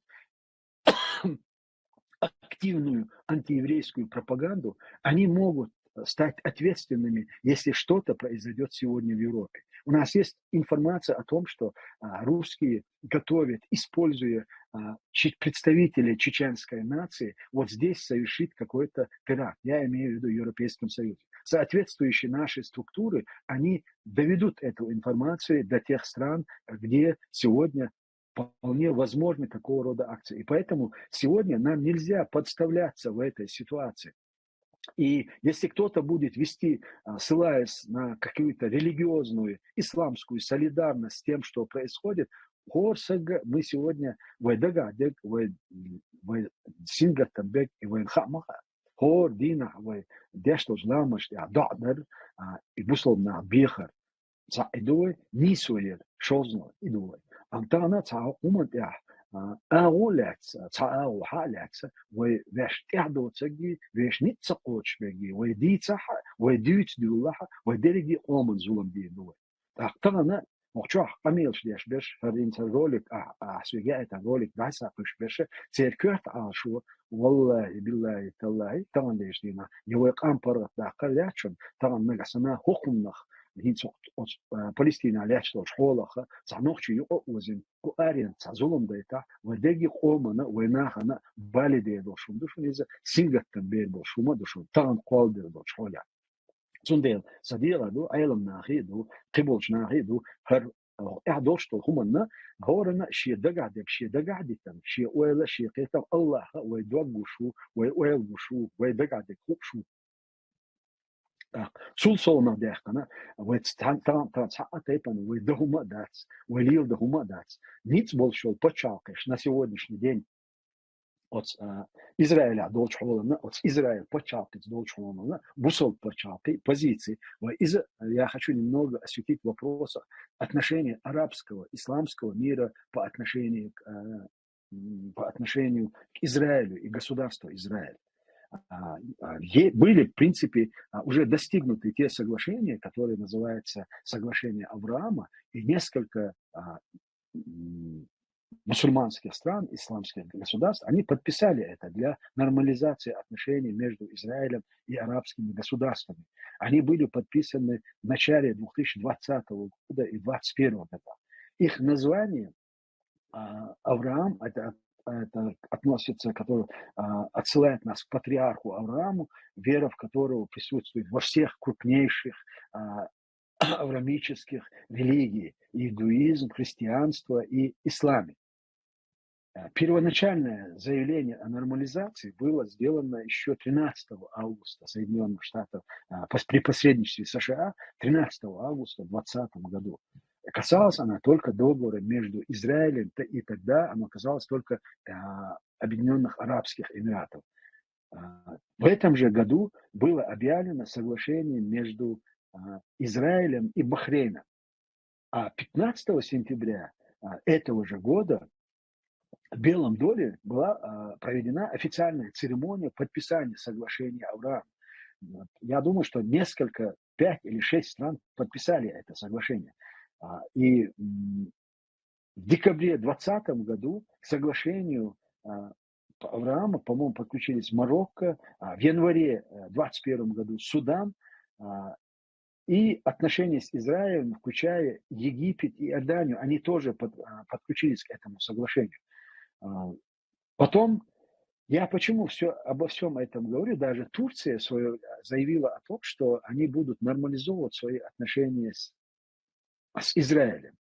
И вот в свете вот этих моментов, этих событий, Россия оставалась в стороне от этих процессов, которые изменили ход событий, связанных с арабского мира с Израилем. И в этой ситуации, конечно же, Путин и Россия, которые остались в стороне, и они были не востребованы для разрешения Израиля-палестинского конфликта, естественно, или Израиля-арабского мира, они были абсолютно убеждены в том, что то, что произошло сегодня, и то, что происходит сегодня, они будут востребованы как миротворцы или как посредники. Именно поэтому они демонстрировали свое отношение открыто с организацией Хамас, которая в мире или в Израиле считается основным противником или виновником тех событий, которые сегодня складываются.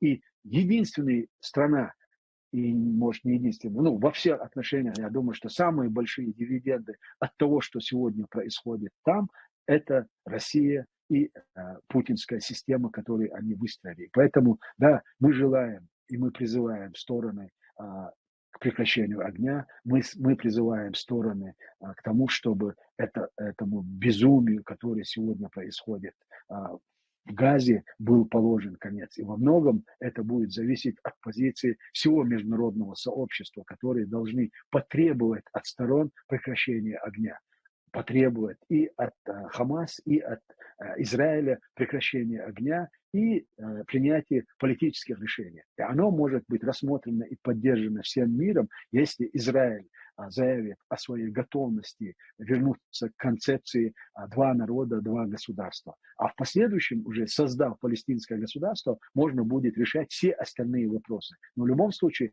это положит конец вот этому 70-летнему противостоянию и тому, что и еврейские народы, и народы Израиля, и народы Палестины являются жертвами вот этой неразрешенной политической проблемы между Палестиной или между исламским миром и Израилем. И только в этом можно, и только таким образом это можно разрешить.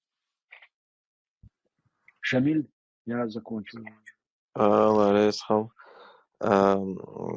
То, что ты упомянул касательно запланированных терактов на территории Европы, это в части уже совершилось, потому что вот этот теракт, который был совершен здесь, во Франции, когда его описывают, действия вот этого молодого человека, там говорится, что он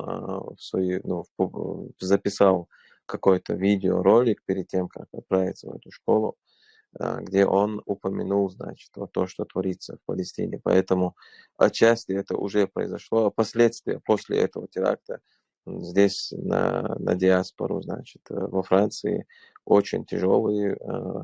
Около 60 человек как минимум уже готовятся к депортации.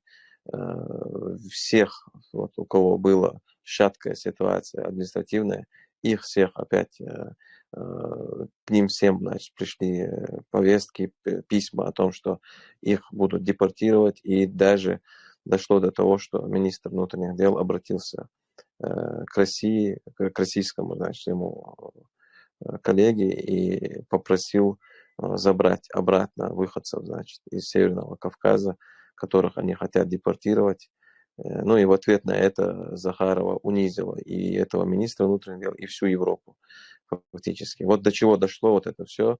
Поэтому вполне вероятно и вполне реально то, что ты говоришь касательно использования, значит, разными спецслужбами, в частности, российскими, вот этой ситуации, чтобы очередной раз подставить нас и очернить, и выставить, значит, в черном свете, и опять вот наших уязвимых сограждан, соотечественников, опять поставить вот это невыносимое беззащитную ситуацию.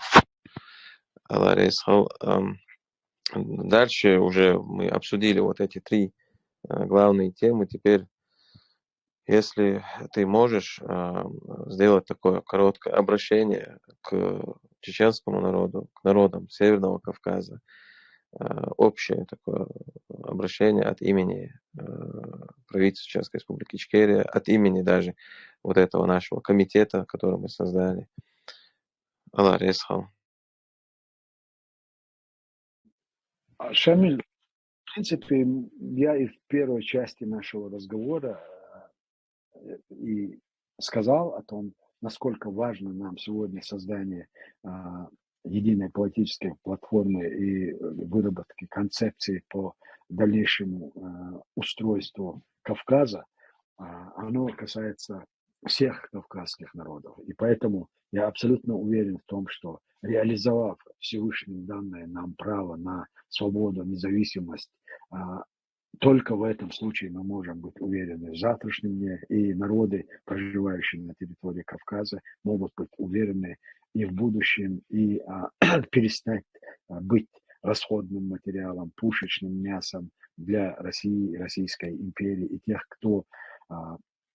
тех, кто руководит этой страной. Нужно понимать, что пока существует Россия, Российская империя, Путины в этой стране не передадутся. И пока есть Путины, статус наших народов, малых народов, как они привыкли нас называть, веками уничтожая и не давая нам возможность не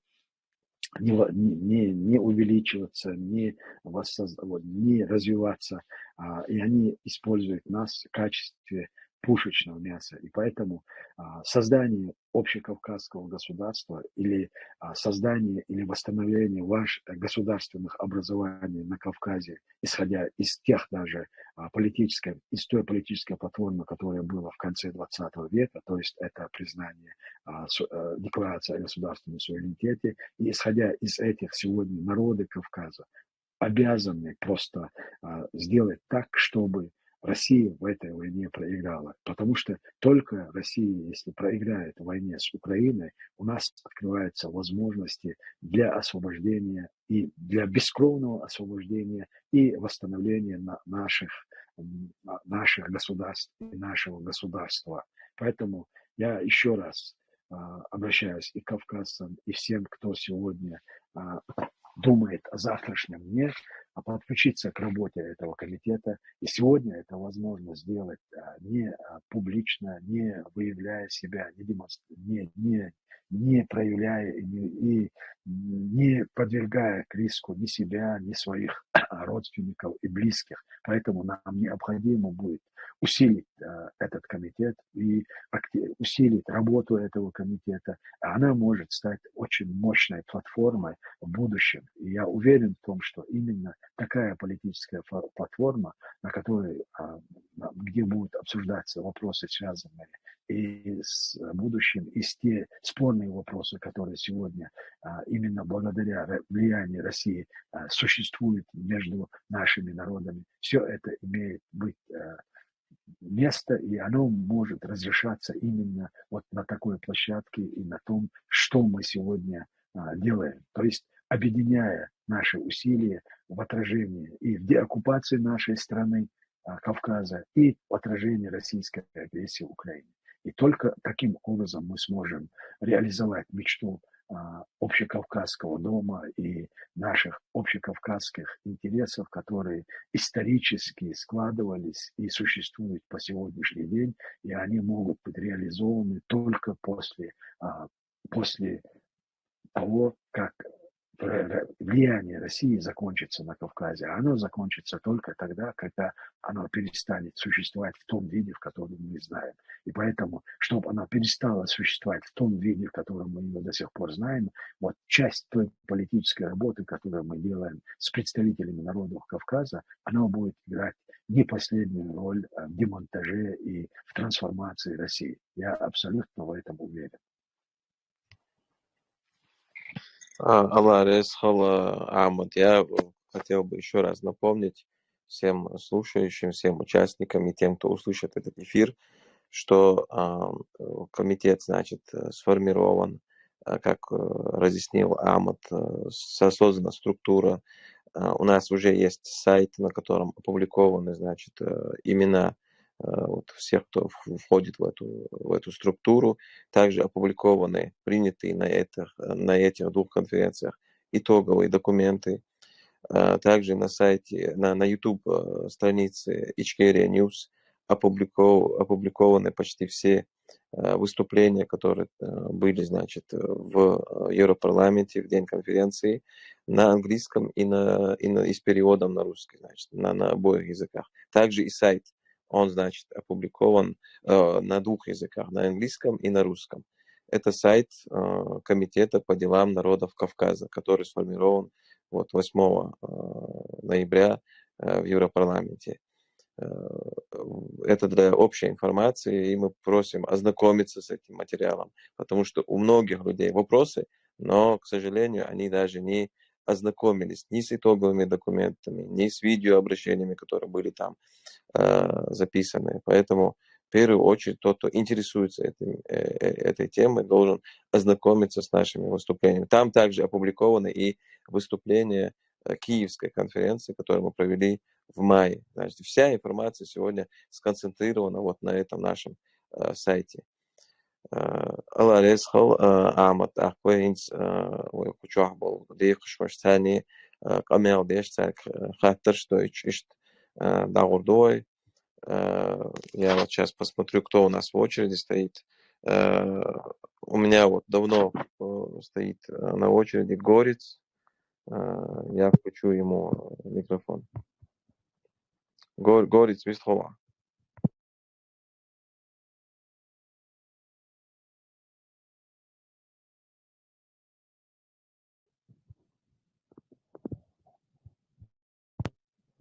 Горец, хозу шуя, Вистлова.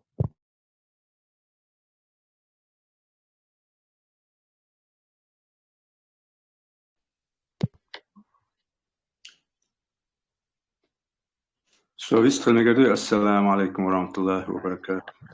Вистлова. Алхамдулиллахи вахдаху, вассалату вассаламу аля набийи ба'да. Ассаламу алейкум ва рахматуллахи. Ахмад, Абу Шолчпамир Шикладюх Шашварс. Хайнил выступление сани. Сажим савуст сайн хитэг ол шат хитэг ол штолч юк яха хаттер не слуш ишт вы Вистлова Мегадуйса Шамиль. Вистхал по теме только, по теме нашей. Да, по теме. Один долж Камилшу, один долж Камилшука, один долж Эльча Ахмад выступает дешевле долж Камилшука, Сайнхиетег Олш, ю от Сайнхиетег долж Должука, хаттер не служит, а Ахмад Шинла, а Цухаттер Джоплурду. Да, только постарайся уложиться вот максимум 5 минут к духоцу лишь. Иншаллах, хожу Цуюка уложиться, да. Ахмад, насчет того, что вы конференции в Украине, что Шумант выступает на конференции народов Кавказа, подчеркивает, насколько мне известно, и конференции, конференции народов России, конференции народов России, деоккупации народов России, выступление, название.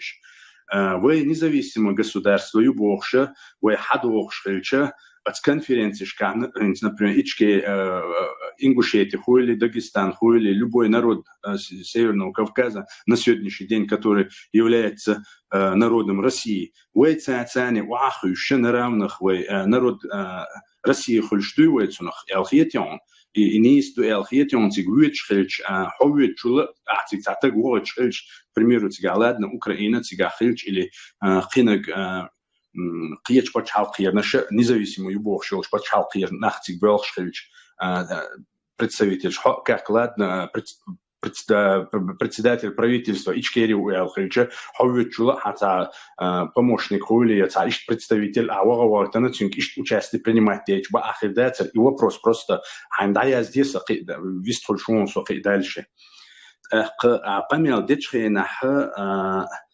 бомба замедленного действия, выступает дечена. إغامل ديراه نجحسن وكونفرنس اشتغل ياشا تقوم تاني تقامنش ويغو دياشا هم وليلوش цахельчакан России, но это будет бомба замедленного действия, которая может против нас обернуться. Насколько мне известно, сегодняшние оппозиционные люди, которые стоят, скажем так, на стороне России, оппозиционные, Нахбонас, Бючбеш, руководитель фамилии Дакцайос, он выступает дешхенаха, мы дадим возможность народам России, именно это подчеркиваю, да, мы дадим возможность народам России, чтобы они там в течение года решили вопрос, хотят они быть с Россией или нет. Если они этот вопрос в течение года решили, значит, этот вопрос автоматически и народ с Россией и демократ будешь, а вы это на уровне вы автоматом цунах цани вы решить цедолш еще дадерду войн по-новому в России келгурду и вопрос дуете как тидмилат диштек цундел цунацани бывший советский российский народ не бывший а российский народ цани на равных уахующей конференции шкаха выступает дадиз элцахьетсун и замедленного действия бомба и хирю наоборот их идёт царцани уахующий а царцан амилшта. Если твой представитель какой-то будет выступать просто как от Ичкери смотрится дешевле терлоцу. И в свое время Ендер Биуси Ельцинси документ подписывает дешхена Чеченская республика я документ что изахилла Ичкери цар указать цедер бахандолше таганвей проблем что он хушдует и царь Камил ждет что нация политик ждал что выступать что Чеченская республика Ичкери цу указать бахандолше долш Сундел и вопрос до отсюда хамнени их до сун из-за инсан заметите до айоксун от общий сун я чем не сказать войн общий от юг дает хай выступление шкаха журналист украинский журналист белая блогер белацан выступает дечхена потому или иному поводу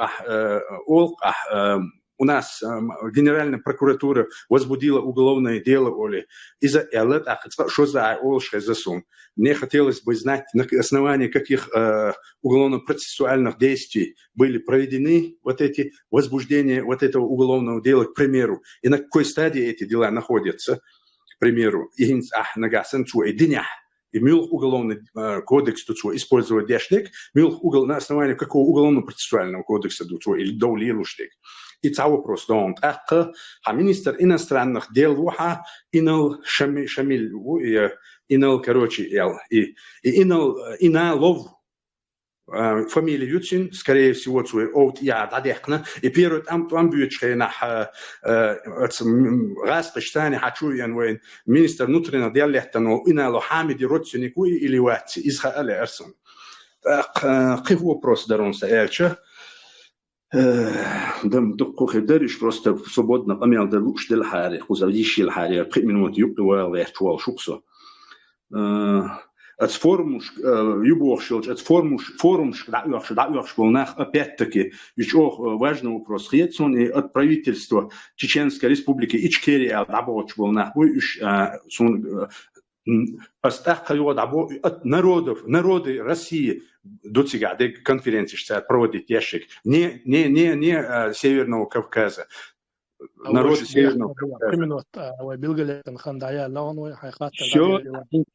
Вопрос, Ахмадик цалсун дуал жваптал ти астах походу нагасан имекш дела жвабол часун интербола асу хатта деч сразу ё директ Ахмадик дуал хаттер лу шумди дерес ё тошини и вопрос сасегер вопрос датиш и швен мастерна интересен долш вопрос и сундер доне интердолаш совелаш Allah рейс халтан Ахмадик видите.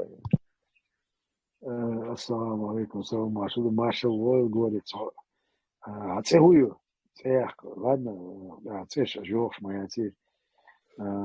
Так, Windows хаттери адац, нохшим там моделируешь. Вы бешпоч болт я вы конференцияш когда церсовод асоцига мог представить вина. Хиндбош что дела вы шо на власти большого мощи декаш коч швей хал дел хари. Heinz Abel kennt man der hat kana tana metya azda луч метя председатель правительства Чеченской Республики Ичкерия или председатель Государственного комитета деоккупации Либии сана форуме да летстац сана конференция я его парламент я после я криш конференция и вайлилушил царцани в политические платформы цюнцбилдов еще ويتبلغ إعداء وشلاعتر تلاعتر دا ويتانا принципе أتجعداء لاعتر ويبلغش بر ويإنيتيرات بيش بلغش بوش نغسنا ويورو парламент мааларе 31-го соцега участвовать яшвот как председатель правительства Чеченской Республики Ичкерии, астига озвучить его позиции касалось Кавказский регион Алахи и конфедерации Алахи. Цундела и вы инициатор от Белга Вейду, Вейвеш, инициатор Хилари Терри, Хилари Терри, Вейдахуяш по Иболх. Инсталана, Арвейбилдов Дахкандухума, и Вейхвелену комитет из Вейда Лочца Гелиари, Вей Оцунхалхи Яхкан Цагелиари, и Хириаца. А Талана, Вей Москошна, имел но дела, что цели, царь Лилу, что царь Бешпуч, Бел, Тяхацон, Гойчтуэ. Сюда вы качде тагана вы дава шпек планбу информационно аур политика аур моссу аур сюда вы от исанул мероприятия конференции школы Россия хакуштела дата тагана вы мохка от России олелик элабу вы тана ариенство наша территория оккупирована Россией именно российским государством. И поэтому территория, которая находится под российской оккупацией, естественно, мы эти вопросы будем обсуждать и на разных уровнях. Российский форум Швеча, Клеч форум Швеча. Но вопрос не в том нашем участии, вопрос в том, о чем мы говорим. Валексанавый царь Бог, что чуман еще вещь статус, принижаешь, гумлил штелари, а Бог что и клирам хилборцига. Войц она метец анса один дац, вы участие дохора форум свободного народа царь Кэкче, войцига да ляцига наравне Молдавия, Грузия и Чеченская Республика Ичкерия и Украина.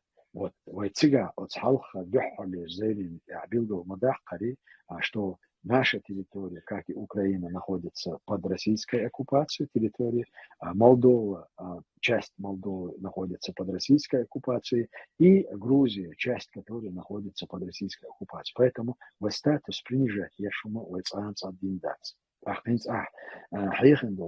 Вопрос относительно Яндарбиева и Ельцина. Яндарбиев и Ельцин и подписатели соглашения вообще соглашение между Ельциным и между Яндарбиевым. Цигаться протокол требован составить виду, там нету ни ельцинской подписи, там есть подписи Яндарбиева и тех участников, которые находились там. Протокол, договор о мире подписан между двумя государствами.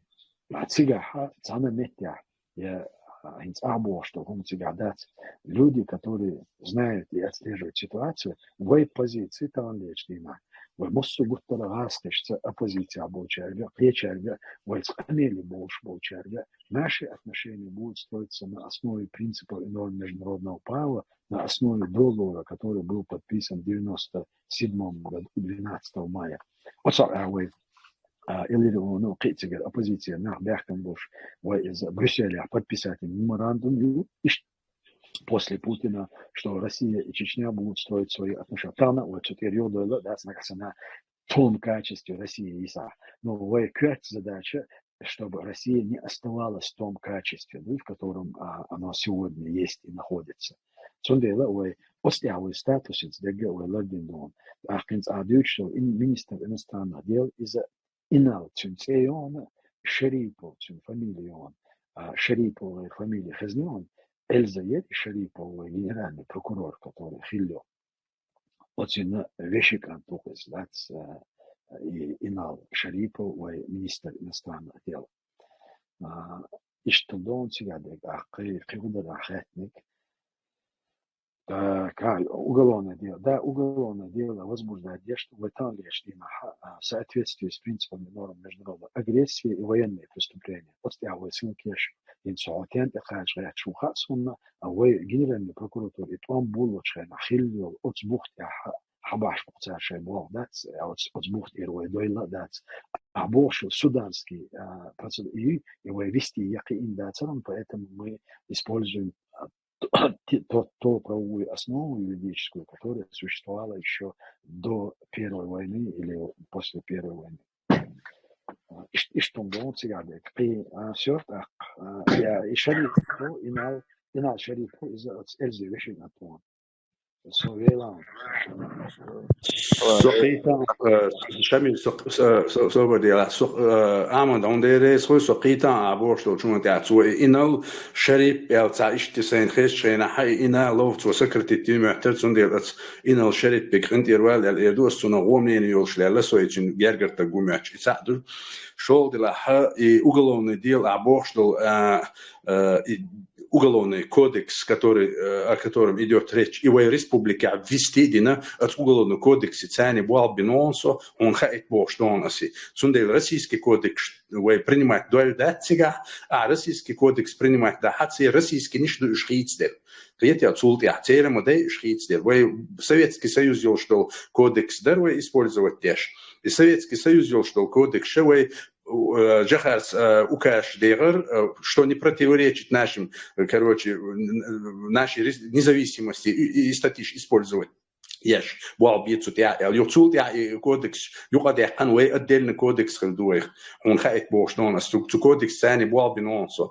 يتساعدوا قطعم درس عمود حتى освободение институт алитанц освободение давай раз вообще дискуссии я швела сахил ala дерсам Ein Modell um Deutsch System boal binachich we genial prokurator bal hawoga aqtiga control bolgan ya hosuna was khayt ya dat awalil что звукана да la tsarkhi duat ya dat ishta со стороны хигаш сидеш хинзмона hayuqole boaldiat we prokurator na wadikna was khirunta هينس عديوش تجا عيوش الكودكس هذاكسون يخوشلون نو وي مصو وبروش от кодекс сами وهينس лилу исчек дальдатсон, потому что это была незавершенная работа. So и он человек даже он еще первую войну он добавил Elzina Sharipova Elzina ومينستر يستيتسيا ريتا المينستر внутренних дел Казбеки тягчут Бойтер Ахтан Волшо министр госбезопасности, они апеллируют к каким-то документам, которые это адуин бахилду. Ну, они не совпадают. Но российский уголовный кодекс, а вот ça дело, да, ça дело, да, ça дело, да. Но вот тинц амабахали, вот вот контроль, чох или так, ويقع виз сбором, да. Да, вот я объясню. Ahmed, tutteach qamel desha ay duwe ins dan moment all shi hanso Ahmed so vet dawogun el qamel di dat is ins prosto ins qetsaqatter dus inshallah na smox sapait khbu el khich khilaso poeden khil hojer uso qetsam ders Ahmed khatter ins sakwerti dat sedella هين سوية غورسكي ريسبوبليك يال إهم ويقضى قرويرتنات أقينز كان نوي هينز سيرنا كوفكاسكي سونسا أتوني نوي هينز شقول شوج يغيرش دول بتحلقي سيوزنا ريسبوبليك يال أتوني نزوان هينز مويتا سون توشنا نو هينز وي نو بتحلقي سيرنا كوكازي ريسبوبليك شغوشخ قيت أتسيرنا كوكازير ريسبوبليك صعب تحلقي إن سنخ بيت خربو تغن وين خيتش خيتش خورازنيت يوهينز تغن ويقولش قول غيرش دول أتبت حلقتي أمارو دوك إمارات قلنا يو إماراتي أتشين يقع خورازنيت جوحون آلاسير الشيات سرتجع دوك أربول قيتش بتش حلق أتسيرنا كوكازير ريسبوبليشكر دوك أنت أربول سخينات إمش بيشبر أهين سوقز وي مالجوه ودي تشقز هين قزح وي أريانس بوبوش بول أتسيرنا كوكازير كي بتش حلقشكر نخ إيش دوك خربات إيش صار شي ريسبوبليش представлять يألش وينيس خردات سوند ألش они не могут быть представителем от республик, которые полностью, даже войнохчи, ардахтматься диязицу республик. По идее, если быть объективным в этом вопросе. И отсюда надо Ахмед Аэлду уже вопрос. Здесь камел хирдуе, иншалла, нага сантуна сорта пейт хирбу эл хирчла социюк пецавара спейт хил урта русо он бокола пейден эрдолир швей дела совелан.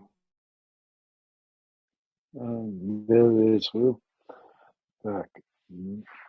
هين زيوتشو مزواني بتشال مزواني أسئلة حال دوان أميل ديشخنا شو بدواني أسئلة إذا أتقن شيء ستركتور نقنوشش أتداج يمسو بتشال برغت يا ماشي يا سيسوي تيتو شو تعيتن شو يا تعيو أبش كوكاس كي ببيش بوجبول معها سواء زران شوريمني سواء يكش يجيهمش سيفيدني أسيتا وتوهني ويخلص ولا تعاق تعماخ процедурный вопрос, что это делаешь. Но картинга сунгушкега отсканни шеш билда яхкаду отпочалки хинно це мухи союзный почал, причем почал.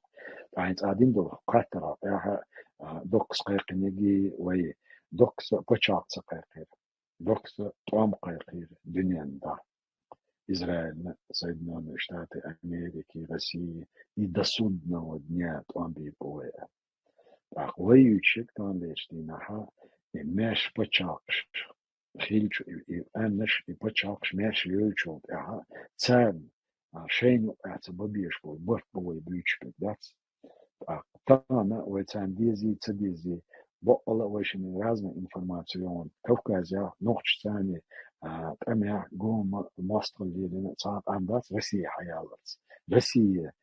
влияние тебя юлия чуд я гуттера цац питнеш тиш цац зулмаш яше он берч ваниш но берч логана ама эти влияние цани и бадеду элтеш ну со цата это я ширкуя со дух حالغ طبعا بعدها شينا انت تاخل على بروكوراتور يا باب نحون تاخل دويش مدو سون اوتو وزاخون سوز موزي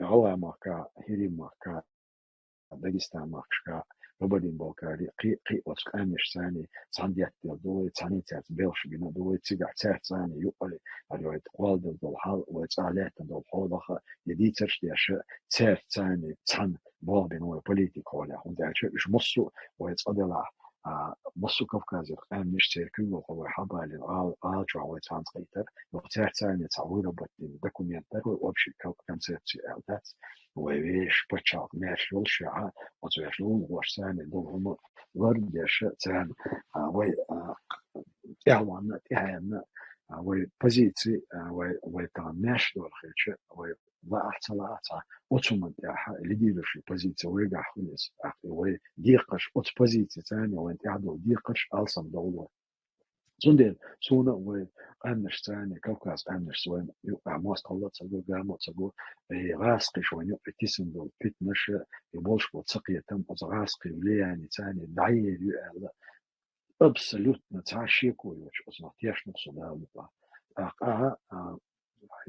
حقين دول شرع حوميلو بدو غايت شانت حقيت خيل بباتس وغوشي وغوق يعني ميل قيد بلو هاوس بوك بدال يعني بيركيول ما شاء الله رئيس خلط غورت شمي عليه ميلور أحمد سون قطش تو أمبولش دروب سديل دوش خاطر دروب لانسون الله ده يحت بويل مسومن تيا غورت از личку язи но не се што связа до когда يغلق ديتsa что я то хрбоной.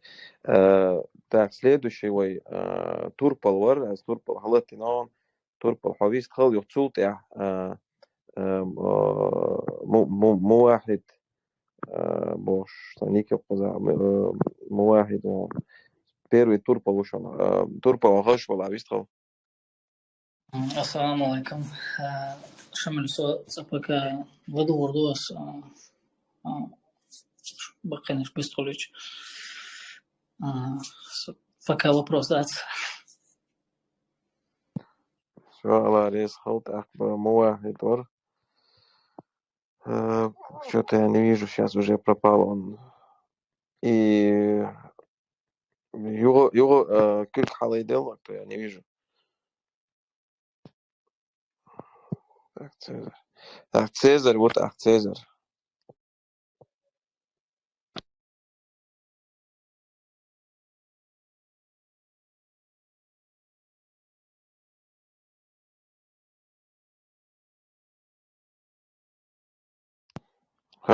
Цезарь, микрофон, حالتي نيون يدخل.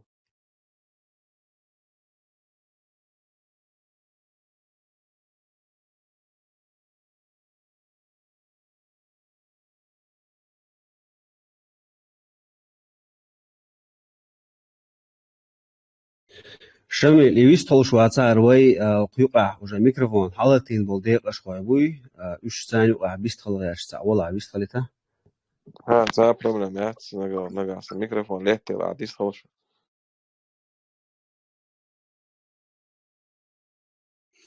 السلام عليكم ورحمة الله وبركاته. أش دوش لا صدر خطر.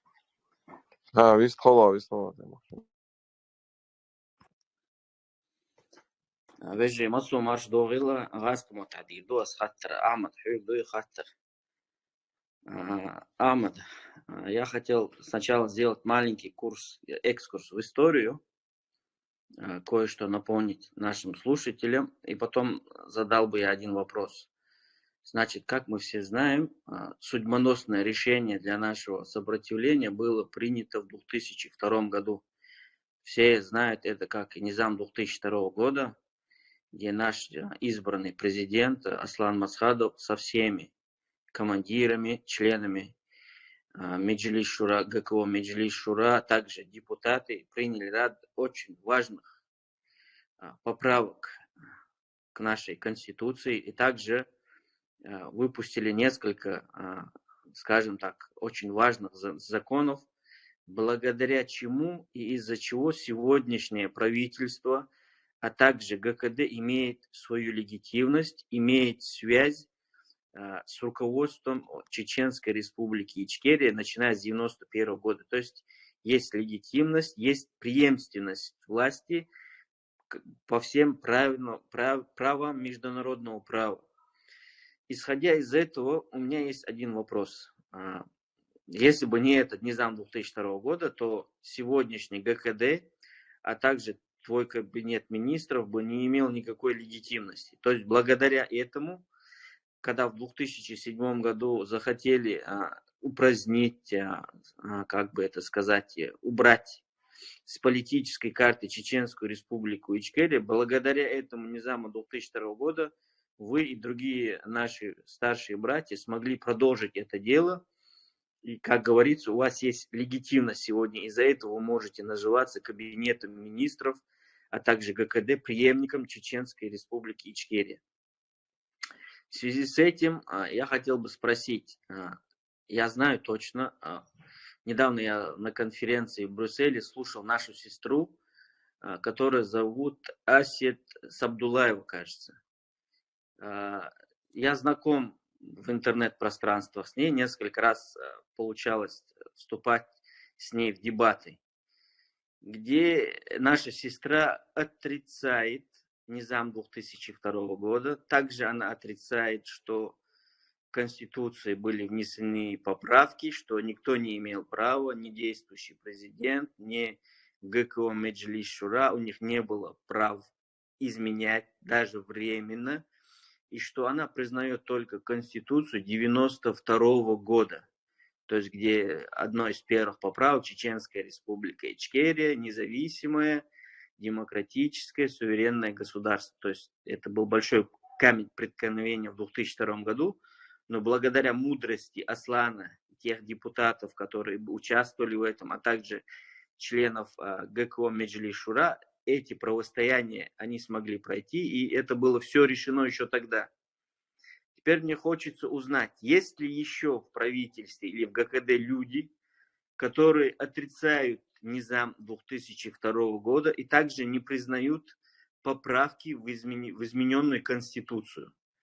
То есть, если человек, он является членом правительства или членом ГКД, но он отрицает саму поправку 2002 года и говорит, что все это было незаконно, тем самым он ставит свое участие вот в этих организациях, в правительстве ГКД под вопрос. То есть он сам себя аннулирует.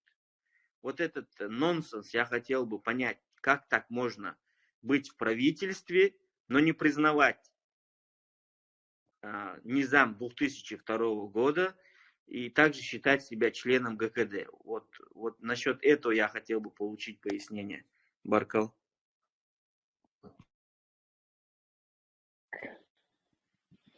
Приветствую. Аллах дал бой. Так, вопрос был на русском языке. Естественно, мне придется отвечать на русском языке. Все, что вы сейчас перечислили относительно ГКД, Низам-2 и последствия всего, что произошло, решение ДОКи или группы людей упразднить чеченское государство, или высказывание нашей сестры по поводу Конституции 92 года и Низам 2002 года. Низам 2002 года – это основа обеспечения правопреемственности чеченских легитимных структур власти. Это никто не может отрицать, и никто не должен отрицать, потому что если бы вот в том положении в Государственном комитете обороны не были бы внесены поправки о том, что руководитель ГКД ЧРИ, он же глава государства, может быть переизбран на заседание ГКО Меджлиса Шура ЧРИ, у нас сегодня не было бы оснований говорить о правопреемственности. Да? Вот этот механизм, который был заложен тогда, внеся изменения в положение Государственного комитета обороны ЧРИ, и является той основой, на которой мы сегодня стоим и двигаемся, и можем говорить о последующем обеспечении правопреемственности. Но это положение и этот закон, он действует до конца, до отмены военного положения. То есть с момента, когда будет отменено военное положение в результате деоккупации нашей страны, уже мы должны будем руководствоваться Конституцией 92 года. Я хочу, чтобы у нас было очень четкое понимание. Когда мы говорим и рассуждаем по поводу того, что в 2002 году были внесены изменения в Конституцию, это неверно. были выработаны предложения по изменению Конституции 1992 года. И этот процесс начался не в 2002 году, этот процесс начался в 1998 году. Я был председателем комиссии по выработке Конституции, новой Конституции. И мы практически в 1999 году завершили новую Конституцию, но мы не успели ее принять. Просто нам нужно понимать, когда мы говорим о Конституции, это не указ, это не постановление, это Конституция государства, которое имеет свои процедуры, должны быть выдержаны процедуры по ее принятию, по дальнейшему его реализации. И поэтому то, что произошло в 2002 году, я неоднократно на эту тему общался и с Асланом. И вот когда нам изначально заявили о том, что Аслан Масхадов отменил Конституцию 1992 года, это было озвучено Маулади Удуговым. Следом Аслан Масхадов прислал аудиокассету о том, что Конституция не отменена, потому что когда это происходило, это был 2002 год. Еще в парламентской ассамблее Совета Европы рассматривался вопрос чеченский. Туда был приглашен президент Чеченской республики Аслан Масхадов для принятия участия. Аслан Масхадов уполномочил меня, я выезжал и встречался с президентом парламентской ассамблеи, с генеральным секретарем парламентской ассамблеи. И мы как раз обсуждали вопрос о прекращении войны и военных действий. И в это же время на территории Чечни были сформированы оккупационные структуры власти во главе с Кадыровым, и они очень серьезно были заняты тем, что русские были заняты тем, что во что бы то ни стало, они хотели принять новую конституцию для Чеченской республики. И вот Совет парламентская ассамблея, естественно, единственный международный институт, который тогда рассматривал вопросы войны и мира между Россией и Чечней, они были категорически против того, чтобы русские и Россия приняла конституцию для чеченцев, апеллируя к тому, что в 1997 году проведенные выборы на основе Конституции Чеченской Республики 1992 года, оно являлось фундаментом. Как я говорил в начале нашего разговора, что именно Конституция 1992 года, на основе этой Конституции были проведены выборы нашего президента Аслана Масхадова и выборы парламента. И в этой ситуации отказ от нашей Конституции, оно практически являлось самоубийством, политическим самоубийством. Более того, оно лишало нас того независимого статуса, который был признан 57 государствами. Но на этой волне, когда прошло собрание в 2002 году, и там было принято решение, что то, что мы не успели тогда реализовать, в 1998 году принятие новой Конституции, что еще раз Аслан Масхадов на этой встрече подтвердил, потому что оно как бы являлось камнем преткновения, на самом деле оно не имело никакой роли, потому что люди, которые находятся в горах, в лесу, или с момента начала войны, Конституция перестает действовать. Это закон такой. Это не Аслан придумал, никто не придумал. Естественно, Конституция начинает работать только после прекращения войны. Вот. Нигде, ни у кого в Конституции не написано этнические чистки, ковровые бомбардировки или другие какие-то концентрационные лагеря, депортации, убийства. Конституция такие вещи не предусматривает. Естественно, когда начинается война, был подписан указ о создании и сформировании Государственного комитета обороны. В эту структуру входили практически все наши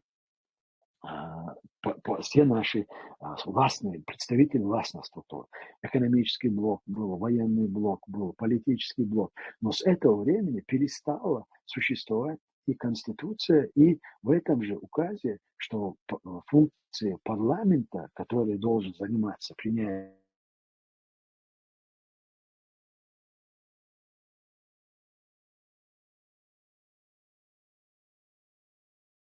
Ahmad, Hesh, Watson.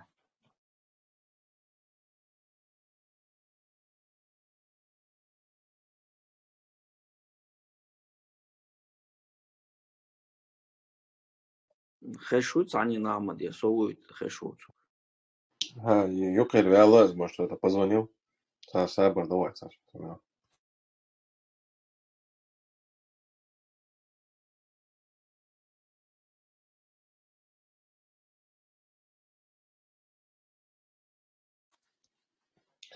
أجري أزمسي سون بوش نقاش ميكروفون حالتي نشون просто очередь ларье юки دوش تدو ديش اشتقمي أمدي أمدي مسي تاني ميكروفون جلتي نشون إن شاء الله شمل عشوائنا أنا عمد أحمد يقر بالي يرفع كده يستخوع إن شاء الله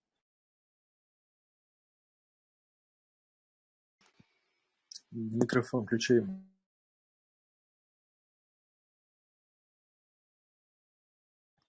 يا он гуш ولا حالتي ولا что-то не вижу Сугаин, Шамиль, хэшуй. хорошо Шамиль, на чем я что, впустую говорил, да? Или... Не, это все было слышно, единственное, вот последнее. И временный поправку Алла, и что был сформирован ВКО, и на этот момент, на момент, значит, военных действий Конституция приостанавливается действие. В общем, действие Конституции останавливается во время войны, да, и, естественно, после завершения войны только вступает. И вот все, что я сейчас говорю относительно Низам 2002 года, это относится к тому, что, да, Низам 2002 года и те поправки, изменения, которые имел право вносить президент и вот орган Государственный комитет обороны, они его несли. Но они не вносили изменения, дополнения в Конституцию. Там практически были выработаны предложения, которые должны быть внесены в Конституцию. Но сам факт изменения Конституции в природе у нас на сегодняшний день не существует Конституции, кроме как принятая в 1992 году. Естественно, все те предложения, которые озвучены в 2002 году, да, большинство из них уже были в той Конституции, которую мы написали.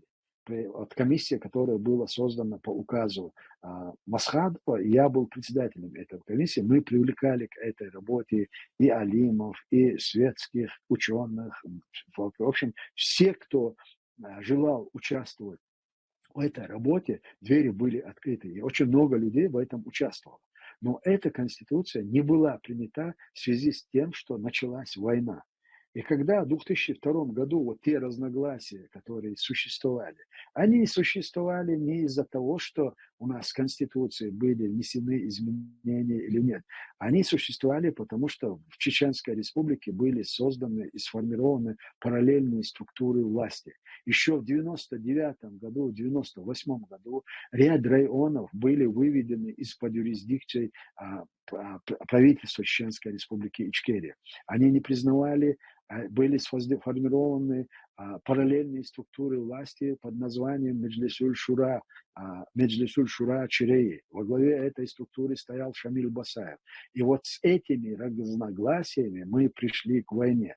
И вот в 2002 только году вот упразднение Меджлисуль-Шура или параллельной структуры власти, вот это имело самое главное значение в той встрече, потому что с этого момента Государственный комитет обороны, как высший орган государства, и Меджлисуль-Шура Чиреи, который являлся как бы продолжением Конгресса Чечни и Дагестана, вернее, детищем Конгресса Чечни и Дагестана, который был создан в противовес существующим легитимным структурам власти, то есть президенту, парламенту. И вот только в 2002 году вот это противостояние закончилось. И вот этим знаменит и очень важен 2002 год. Именно тогда было внесено изменение в существующую структуру или положение Государственного комитета обороны, что у нас по положению до этого момента председателем Государственного комитета обороны являлся президент. Президент. После его смерти мог стать вице-президент. И впервые в 2002 году было принято решение о том, что именно вот заседание, вернее, Государственный комитет обороны Меджлисуль-Шура Чиреи и члены этого структуры имеют право переизбрать руководителя в случае смерти, невозможности выполнения должностных обязанностей и захвата в заложники. Ну вот вообще-то, вот только поэтому мы говорим 2002 год и низам о 2002 году, механизм, который обеспечивает правопреемственность. Но мы не можем говорить, что в 2002 году изменена Конституция, действующая Конституция. Я объяснил, почему это мы не можем говорить. Потому что с того момента, когда 5 октября Аслан Масхадов подписал указ о военном положении, с этого момента все структуры, которые имеют легитимность и полномочия вносить изменения, дополнения или менять Конституцию, их действия были приостановлены. Даже вот присутствие или наличие на этом собрании председателя парламента, это не говорит ни о чем, потому что у него нет полномочий, они были и постановлением парламента, и указом президента Масхадова. Тогда этот указ парламент одобрил, он его не приостановил и не отменил. И поэтому в данный момент или в то время единственным органом государственной власти, обладающим всеми полномочиями власти, являлось только Государственный комитет обороны. Но в 2002 году, когда прошло это совещание, как я сказал, вот параллельно созданное и функционировавшая до 2002 года структура Меджлис аль-Шура, они прекратили свое существование, признав главой государства президента Чечни Аслана Масхадова. До этого периода они во всех международных институтах и по всему миру находились их эмиссары, которые дискредитировали и президента, и комментировали, что Аслан Масхадов работает на русских, что он предатель, что он подастся, сейчас отдастся. Вот все эти работы и всю ту антигосударственную пропаганду, которую вел Маулади Удугов, находясь за рубежом, и другие его представители, которые находились в структуре Меджлис аль-Шура, которая была создана в пику и параллельная структура, вот они свое существование прекратили до 2007 года. Но буквально до 2005 года,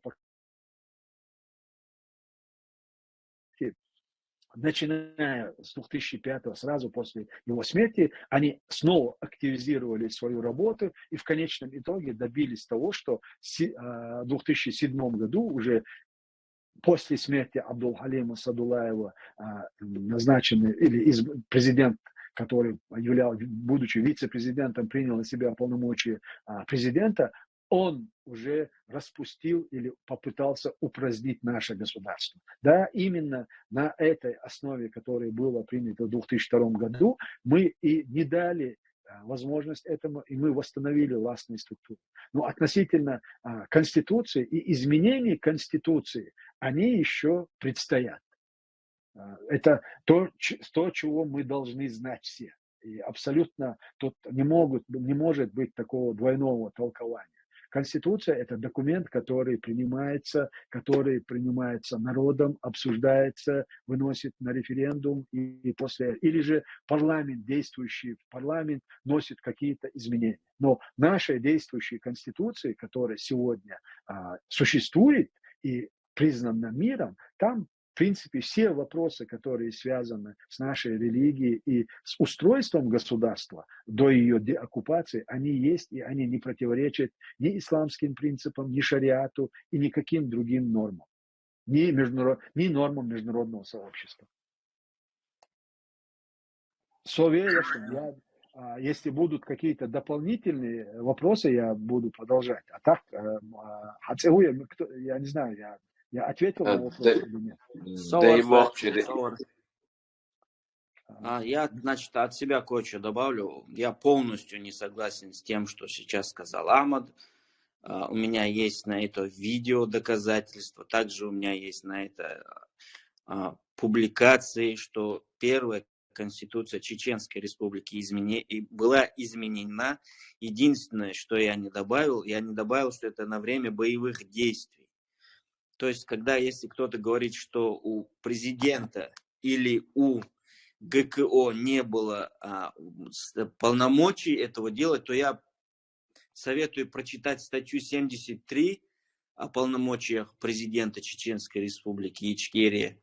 Потом статью 76 тоже. Также у нас есть видеоразговор, где Абдул-Халим на чистом чеченском языке говорит, что первая статья Конституции Чеченской Республики Ичкерия на время боевых действий она изменена. То есть, если любой человек, который сейчас будет ссылаться на Конституцию 1992 года, он отрицает то, что было сделано в 2002 году действующим, избранным и последним президентом Чеченской Республики Ичкерия.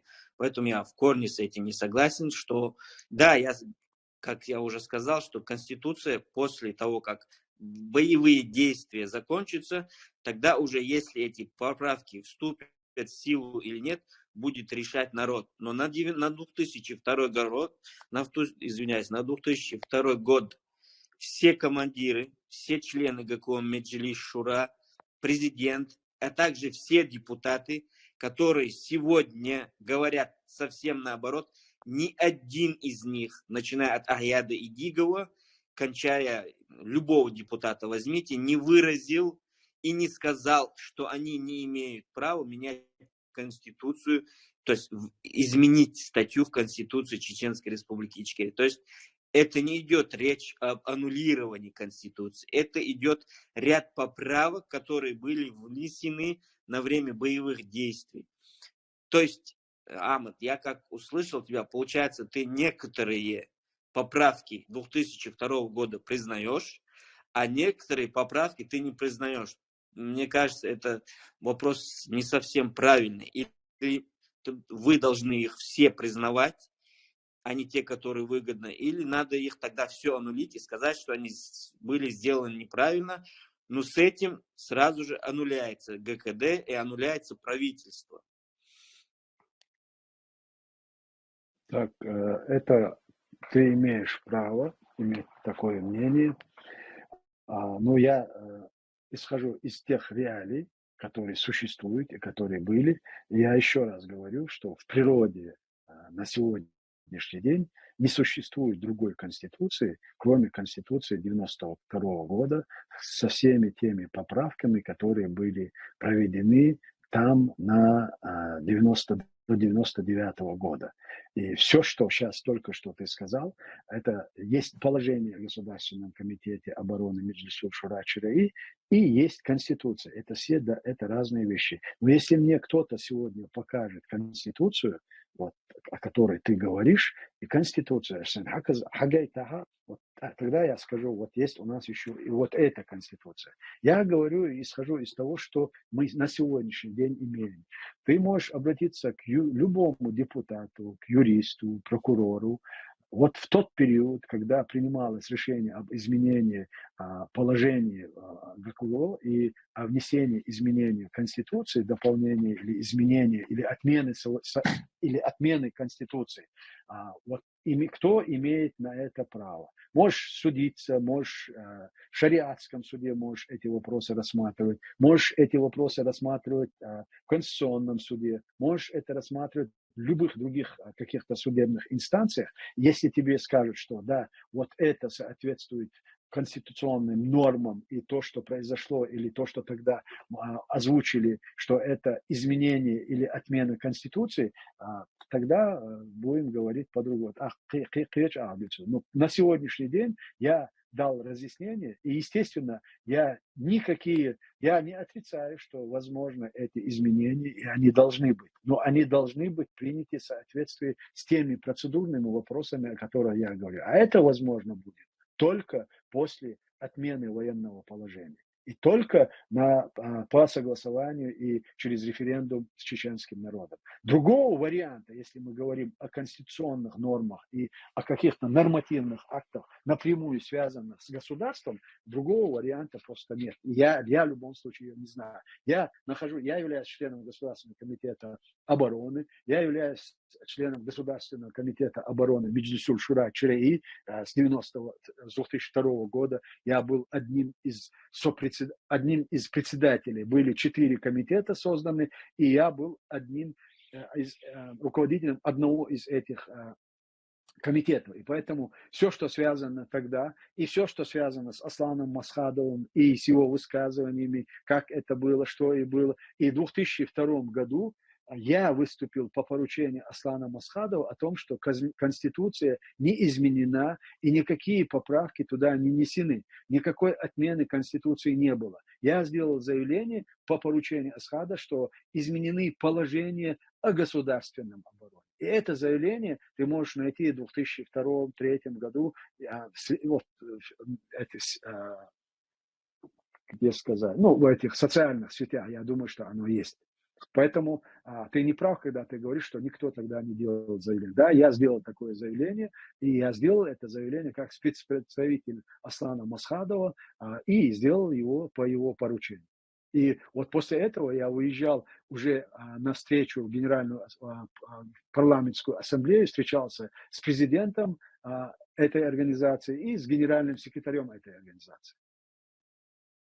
Ну, я не думаю, если у тебя есть, я думаю, что Хузат дискуссии нам достаточно, если будет возможность, мы можем поговорить отдельно. Или как Шамиль скажет, давай, Шамиль. Да, Я тогда последний, пару слов скажу я тогда, последний раз, пару слов я скажу. дополнительно, 10 минут, когда Дополнительно я скажу, если пресс-служба правительства может скинуть вот это заявление Ахмеда Закаева от 2002 года, было бы очень хорошо, если мы смогли бы с ним ознакомиться, потому что я этого не слышал. И если мы будем рассуждать, как рассуждает сейчас председатель правительства, то я хочу всем сообщить, что вице-президент по Конституции Чеченской Республики Ичкерия, он выбирается вместе с президентом. Если ГКО не мог изменить Конституцию временно на время боевых действий, значит, по логике председателя правительства Абдул-Халим Садулаев не считается нашим президентом, потому что это идет вразрез с Конституцией Чеченской Республики Ичкерия от 1992 года, где черным по белому написано, что президент избирается, вице-президент избирается вместе с президентом. То есть тут получается, мы сами себе противоречим. Если мы не можем изменить первую статью Конституции даже временно, то почему мы можем тогда изменить статью Конституции, где говорится о вице-президенте? Это уже нелогично. Тогда и Дока не был президентом. Мы можем говорить о вице-президенте Абдул-Халиме Садулаеву, потому что он был назначен уже во время войны. До начала войны Аслан Масхадова вице-президентом был Ваха Арсанов. А вот именно в 2002 году, вот когда прошло вот это совещание, я думаю, или с этого, или чуть раньше времени, я не могу сейчас, я не буду спорить, а он был назначен указом президента, вице-президента. Почему он имел на это право? Потому что уже во время войны президент, который не имел полномочий до войны, он стал главой государства. Став главой государства, естественно, глава государства имеет право делать назначения, потому что в это время уже не действует Конституция. А в соответствии с Конституцией 1992 года, если бы оно действовало, Аслан Масхадов не имел права ни назначать вице-президента, ни снимать его. Но в любом случае не имел права при жизни другого вице-президента, избранного вместе с ним на выборах, он не имел права. И поэтому я еще раз подчеркиваю, что Конституция Чеченской Республики Ичкерия, она перестала действовать и существовать, приостановила основные нормы, так как у нас президент стал главой государства, отменив, введя военное положение. И поэтому вот эти моменты, о которых ты говоришь, они абсолютно легитимны. И Абдул-Халим был легитимен, и Докка Умаров был легитимен до того момента, пока он не сложил с себя полномочия. Дело в том, что Докка Умаров сложил просто с себя полномочия президента. А что не сделал ни Аслан, ни Абдул-Халим Садулаев. Но относительно их легитимности тут не должно быть никаких вопросов, потому что они были назначены вице-президентами, главой государства. Потому что у нас выборов не могло быть, и вот в той ситуации, в соответствии с законом о военном времени, о военном положении, он имел право делать такие назначения, он сделал. И в то же время ни он, ни кто другой не может во время войны принимать Конституцию, потому что Конституция принимается для народа. Конституция принимается вместе с народом. И в войне, период войны, они этого не делали, Аслан этого не делал. Он не принимал новую Конституцию, потому что он знал, что это не работает, и это нонсенс во время войны принимать новую Конституцию. Но Аслан Масхадов в соответствии с тогдашним периодом, как я сказал, в 98-99 году он создал комиссию, и была выработана эта Конституция. И что он всегда доказал. Поэтому я не согласен с тем, что Абдул-Халим или Докка Умаров не были легитимны. Они были абсолютно легитимны и были назначены главой государства.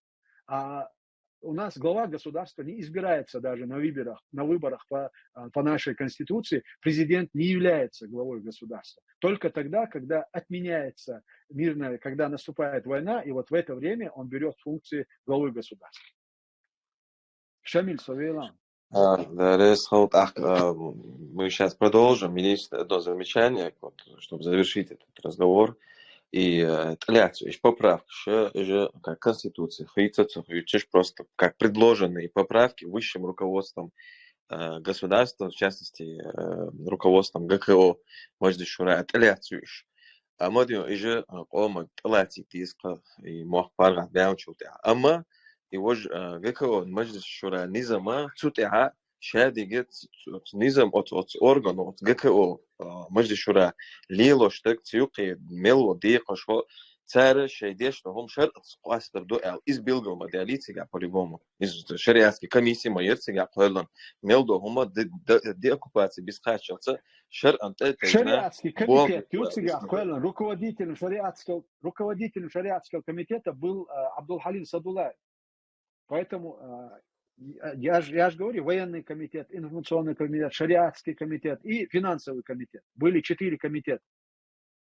И доктор, я имею в виду, что на период военных действий, вплоть до деоккупации, будь эти поправки, они их надо потом совместно с народом принять, там, рассмотреть надо и так принять, далее. я же не против говорю, я же не против этого. Я говорю просто хилдот, что хиллабар, от этого оно не становится действительностью. Это все у нас впереди. Это все, это ты уже ответил, разъяснил. Я имею в виду, что внутренний низам, да, ГКО Маджлис Шура, внутренний низам, этот орган, он для себя принял решение вот, в военном периоде, на военное время, все решения принимают в соответствии с шариатом. Это внутренний, да? я имею в виду. Никаких возражений у меня нет по этим вопросам. Мы и сегодня функционируем и существуем так абсолютно. Потому что это во-первых, и конституционная норма. У нас в Конституции 92 года шариатские суды введены. Они конституционные органы власти, структуры. И, естественно, ГКО, принятые изменения, дополнения в положение Государственного комитета обороны, это тоже абсолютно таранелшил реальность. Что вот и был говорил, да, когда аз маситсаги микрофон халати нашон вайн больше ануха, что дистхол, нагасан очередь я кца вала из халати рой, иншаллах. Оча ну дух бокой больше ануха. عبد الحاكم و تورتسر عبد الله ارتخانه و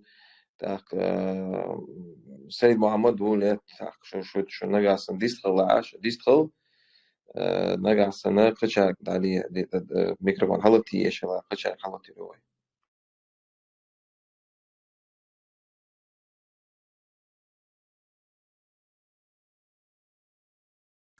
شامل السلام عليكم الصحات الوردار أحمدك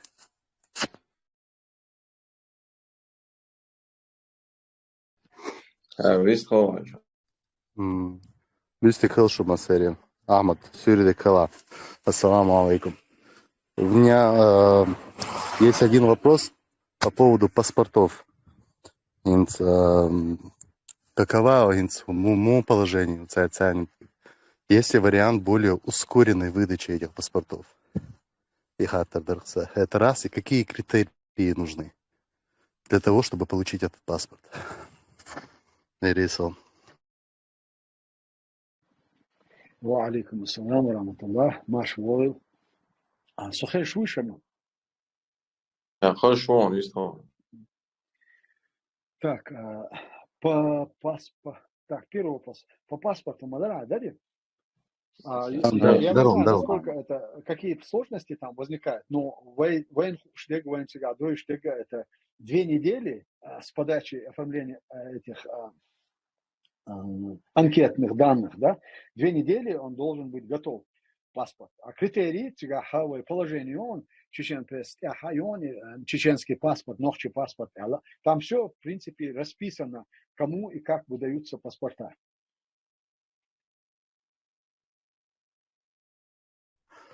И Кица Хаттер Ахмад, гражданами нашей республики должны быть именно этнические чеченцы или тот, кто изъявит желание? Нет, все граждане, которые проживали на территории Чечни, кто бы, какой бы этнической группы, они все являются нашими гражданами. Ага. Это тоже, это Дейре Салам. Так, Ронин, о, вист халош. Ронин, халатыяс. Ронин, микрофон, легко.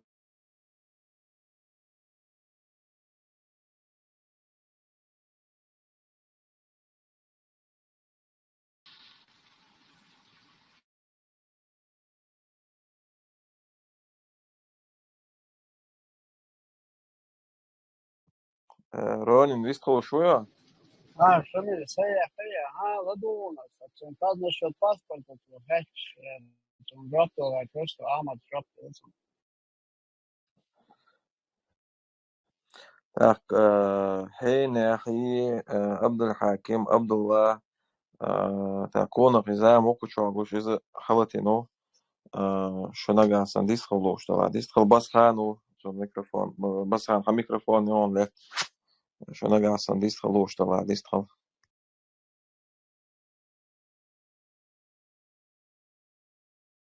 СС Муслим тоже микрофон включен. Нагасан висхалуш, ва. Предыдущему вопросу Хацам Аль-Арсон по поводу вице-президента. Дело в том, что именно вице-президент, он утверждался Государственным комитетом Меджлис Шура-Шурии, и только после этого он брал на себя функции главы государства. Но по Конституции никто не имеет права назначать вице-президента. Я сказал, что Конституция во время войны, она не действует. Конституция дает все полномочия власти ГКО, Маджлис-Шура.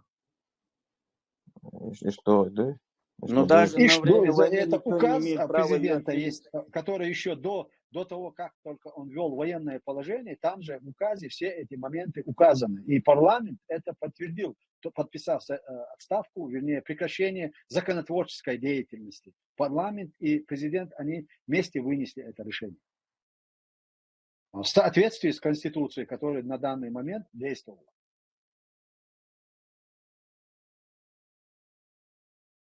Даже на время войны Конституция не отменяется. Конституция не отменяется, но в начале, когда начинается война, она уже эти действия, которые происходят на территории, против которой ведется агрессивная война, эти нормы не выполняются. Они не могут выполняться именно в результате войны.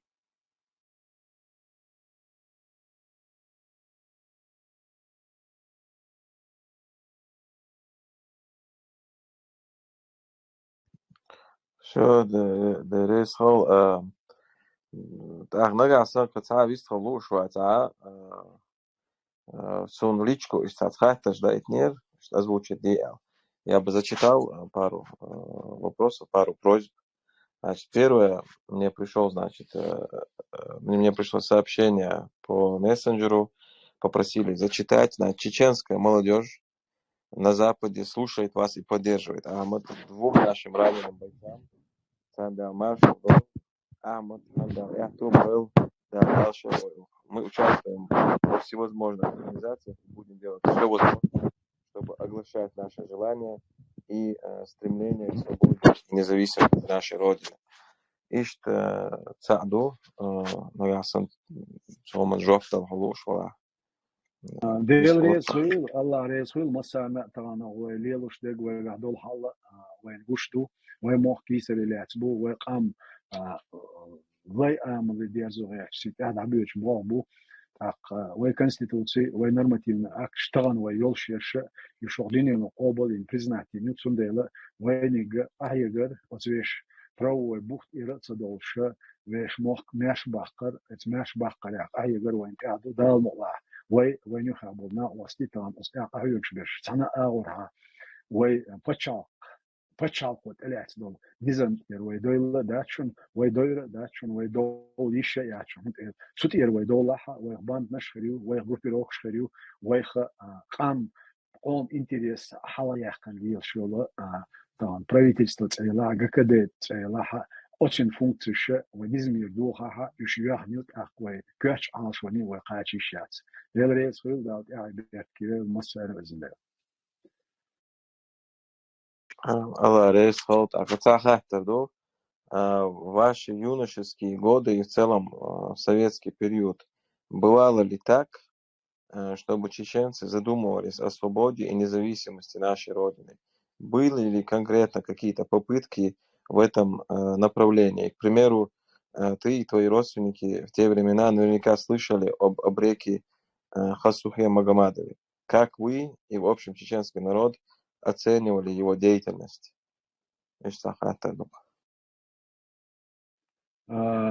Мне на самом деле очень сложно судить о поколениях того периода, потому что я это захватил в 1976 год, когда убили последнего нашего национального героя, борца за свободу. По-другому мы это и не расцениваем. И именно после Первой войны он был удостоен высшей государственной награды «Честь нации». Но как эти события тогда происходили? И поэтому, когда мы сегодня видим ситуацию в Чечне, и мы наблюдаем за теми людьми, которые сегодня выступают от имени России и подчеркивают, что они являются россиянами, это, в принципе, где-то схоже с тем, что происходило в тот период. Я, в частности, то, что в моей памяти, это был 1976 год. Я учился в Грозном, в училище, и я помню, что у нас группа, человек 20, мы собрались, когда мы узнали, что тело Хасухи Магомадова находится в морге в первой городской больнице. И мы, не знаю даже, что мы намеревались сделать, но мы не были согласны с тем, что с ним произошло. И мы выдвинулись туда, к первой горбольнице, и когда мы дошли и вошли, там стоял один чеченский милиционер. И он, видимо, сразу заподозрил что-то неладное. Он сам вышел, подошел и сказал: разойдитесь, не делайте то, за что будете страдать и вы, и ваши взрослые. Ни я, ни вы, вот это его слова, ни я, ни вы сегодня в этой ситуации не можем что-либо изменить. И мы на самом деле покрутились там, постояли и разошлись. А то, что происходило в тот период советской оккупации после депортации, нужно понимать и помнить, что мы 23 февраля и 1944 год – это самая трагическая дата в истории чеченцев и ингушей того периода. Потому что еще тогда не было ни 92-го года геноцида ингушского народа, не было агрессивной войны, чеченской войны, русско-чеченской войны 94-го года. Мы жили в то время, в советскую эпоху, и мы были советскими гражданами. Я уверен в том, что были какие-то люди, которые понимали и помнили, но они молчали. Это было поколение моего отца и его ровесников. Никто из них нам, будучи, когда мы были вот в этом возрасте, нам даже не говорили о том, что это за трагедия была, что произошло. Мы каждый, те, которые помнят этот период, наверное, подтвердят мои слова. 23 февраля мы надевали самое чистое, мы повязывали нам или галстуки, или что-то. Мы шли в школу как на праздник. И мы считали этот день праздником советским праздникам и, естественно, своим праздникам. И нам дарили книги, мы этот день отмечали. Я почему говорю, наверное, то же самое сейчас происходит в Чечне. Те, кто сегодня дома наблюдает за всеми этими процессами, люди моего поколения или старшие, они ничего не говорят в кругу своих семей. Они не рассуждают на тему независимости и свободы. Но это все витает в этой атмосфере точно так же, как витало это тот период. И очень интересный вопрос касательно Хасухи Магомадова. Я это помню, этот день, и я помню эти дни, когда его убивали. И люди из Шатоя, в Советском районе это происходило, собирались, выводили своих детей, бросали туда в ущелье зажженную машинную резину, освещая тем самым местонахождение его. Его застрелили, он умер, он погиб. И отношение к чеченцам, проживающим тогда на территории Чеченской Республики, или тогда это была Чечено-Ингушская Республика, и отношение и к чеченцам, и ингушам, тех людей, которые находились на Западе, или в Турции, или в Иордании, они практически считали, что и чеченцы, и ингуши это уже не народ, который борется или будет продолжать. Они, в принципе, не могли смириться с тем, что происходило тогда на территории. И они уверовали в то, что чеченцы и ингуши не тот народ, который вел свою борьбу за независимость, за свободу, которые вели Кавказскую войну, которые пережили депортацию. Все считали, что это полностью и ингуши, и чеченцы ассимилировались.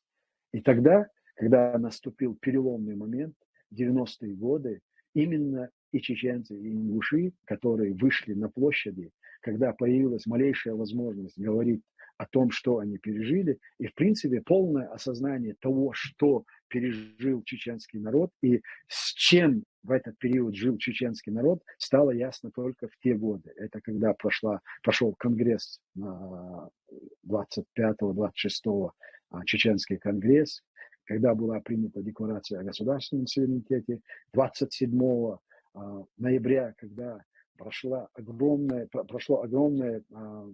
митинг перед Верховным Советом Чечено-Ингушской Республики с тем, чтобы они приняли эту декларацию, которая была принята на Конгрессе. И 27-го именно Верховный Совет Чечено-Ингушской Республики принял эту декларацию, и с этого времени Чечено-Ингушская автономная Советская Социалистическая Республика изменила свое название. И с этого времени республика называлась не советской, не социалистической, а Чечено-Ингушской Республики в статусе союзной республики. И вот тогда, когда вот эти политические процессы прошли, мир узнал на самом деле, с чем жил чеченский народ, за что и что они вот все эти годы переносили. Потому что недвусмысленно заявили о необходимости создания своего государства и были готовы погибать. И что они на самом деле в 1994 году и произошло. Весь народ, несмотря на все те политические разногласия, которые существовали, которые были искусственно внесены в чеченское общество, они остались в стороне, и даже та оппозиция, которая была Джохару Дудаеву, они передали оружие тем, кто или все стали в ряды вооруженного ополчения чеченцев, или передали оружие чеченцам. И эта ситуация показала, чем и как жил народ все эти годы советской оккупации до развала Советского Союза. И поэтому я абсолютно уверен в том, что вот то видимое затишье или то, что сегодня мы видим на экранах чеченского ЧГТРК и тех людей, манкуртов, которые обслуживают существующий оккупационный режим, это не есть воля чеченского народа. И чеченский народ не смирился с той ситуацией, в которой он сегодня оказались. У меня нет сомнения, малейшие изменения в самой Российской империи или в России, что они повлекут за собой молниеносное изменение существующего формата власти, и чеченцы освободятся от этих оккупационных структур и восстановят свою государственность. Шамиль, Совейла. Allah res khov takhtiar sa шихатер de разу чута надежда довой и Сахатер де Энказ меня попросили зачитать касательно одной книги, которая называется «Серебряник», автор Исмаил Акаев. Значит, в книге описывается момент диалога Ахмада Закаева с полевыми командирами и, в частности, с помощником начальника службы разведки о том, что вскоре чеченская делегация должна выступить в ПАСЕ и о пресечении всех видов террористических актов от лица чеченского народа. Также момент выступления учителя по телевидению после Первой войны с открытыми осуждениями действий России о недоверии к ней, после чего правительство во главе с Масхадовым выразило недовольство из-за того, что это может помешать развитию дипломатии с ней. А Ахмад Закаев, наоборот, поддержал его за его прямоту, изъявив желание встретиться с ним. Описываются ли в этой книге реальные события? Дерес хол жоп даца бяхбац ларамц Адам. Иштхатер докпоза. Ночью матарам недодонала. К большому сожалению, я эту книгу не читал, но вопросы, которые затрагиваются, вернее, темы, которые затрагиваются в твоем вопросе, да, это имеет место быть. Действительно, тогда я был уверен в том, что мы допускаем ошибку, пытаясь выглядеть победителями в этой войне. Мы не были, это была первая победа. Мы потеряли 100 с лишним тысяч только гражданского населения. Вся наша экономическая инфраструктура была абсолютно разрушена. Без кровли и без крова и без средств существования остались более 300 тысяч людей просто с оружием в руках. И в этой ситуации, когда мы начали заявлять о том, что мы победили в этой войне, мы являлись жертвами этой войны. И нам нужно было продолжать именно оставаться жертвами и требовать от всего международного сообщества признания России страной, которая совершила агрессию, и привлечь к ответственности за ту войну и за те жертвы, которые мы понесли. К большому сожалению, тогда и президент Аслан Масхадов, и те, которые находились во власти, выбрали другой путь. Они были уверены в том, что с Россией можно договориться, и тем более Россия и в лице Лебедя, который поддерживал отношения с Асланом Масхадовым, внушали, что все, Россия изменилась, она признает независимость, что необходимо, что они выплатят всю компенсацию за моральный и материальный ущерб. Ну, для того, чтобы они это сделали, надо сохранить им лицо. И на самом деле наши претензии, 169 миллиардов долларов на тот момент, которые были выставлены России как компенсацию и возмещение, российская сторона молча это приняла и заявила о том, что они будут выплачивать эту компенсацию. И исходя из этого, Аслан Масхадов не хотел каким-то образом подвергать тому, что Россия может посчитать, что это их унижает, это препятствует тому, чтобы они сохранили лицо. Аслан Масхадов был человеком чести, и свои личные договоренности с Лебедем, когда он отказался ехать в парламентскую ассамблею по просьбе Лебедя, я считаю, это была ошибка. Я об этом сказал и на заседании правительства, когда было совещание вице-премьеров, и вот когда выступили с предложением о том, что это ошибка и что нельзя было отказываться от того, чтобы выехать в ПАСЕ и там дать разъяснение по всему, что происходило. К большому сожалению, это было первое и последнее официальное приглашение руководителя как главы государства, как президента Чеченской Республики в эту структуру. А это произошло уже спустя, я скажу, 2001 год и 2002 год, когда Аслану предложили выехать и приехать в ПАСЕ. Это, в принципе, было невозможно. Аслан Масхадов уже в тот период, как верховный главнокомандующий, не мог покинуть страну и выехать туда. И он тогда поручил мне выехать в ПАСЕ, так как я уже находился здесь, как его спецпредставитель, и я встречался с ним. Да, я считаю, что в то время это была ошибка, но это было незнание, отсутствие опыта, политического опыта, незнание, как складываются международные дела. Хотя мы на самом деле заявили о своей государственности, о независимости, но я теперь уже со временем осознаю и понимаю. Я это понял на самом деле еще ранее. Как только не стало Джохара Дудаева, и когда первое совещание после выборов, когда все так называемые пионеры чеченской независимости собрались, и мы начали обсуждать вопросы, связанные с дальнейшим нашим существованием. Мне стало понятно, что эти люди просто не имели представления о государственном строительстве. А те, которые имели это представление, уже, к большому сожалению, были в оппозиции существующей власти, и они считали,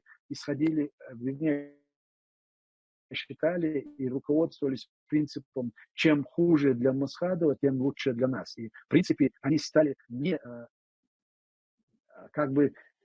стали проводниками вот той провокационной политики, которую русские начали вести в Чечне. И поэтому мы должны учитывать и этот опыт, и тот период, и все те разногласия, которые сегодня существуют, или уже Россия уже сегодня закладывает между нами такие раздоры, которые могут в последующем привести к хаосу и нестабильности. Мы должны исходить из того нашего горького опыта, который мы пережили между двумя войнами. И та подготовка, которая русскими ведется в этом направлении, она только активизировалась. И я думаю, что все-таки есть те, которые понимают, что и как. И я уверен в том, что мы не попадем второй раз вот в этот капкан, который устраивает нам Россия.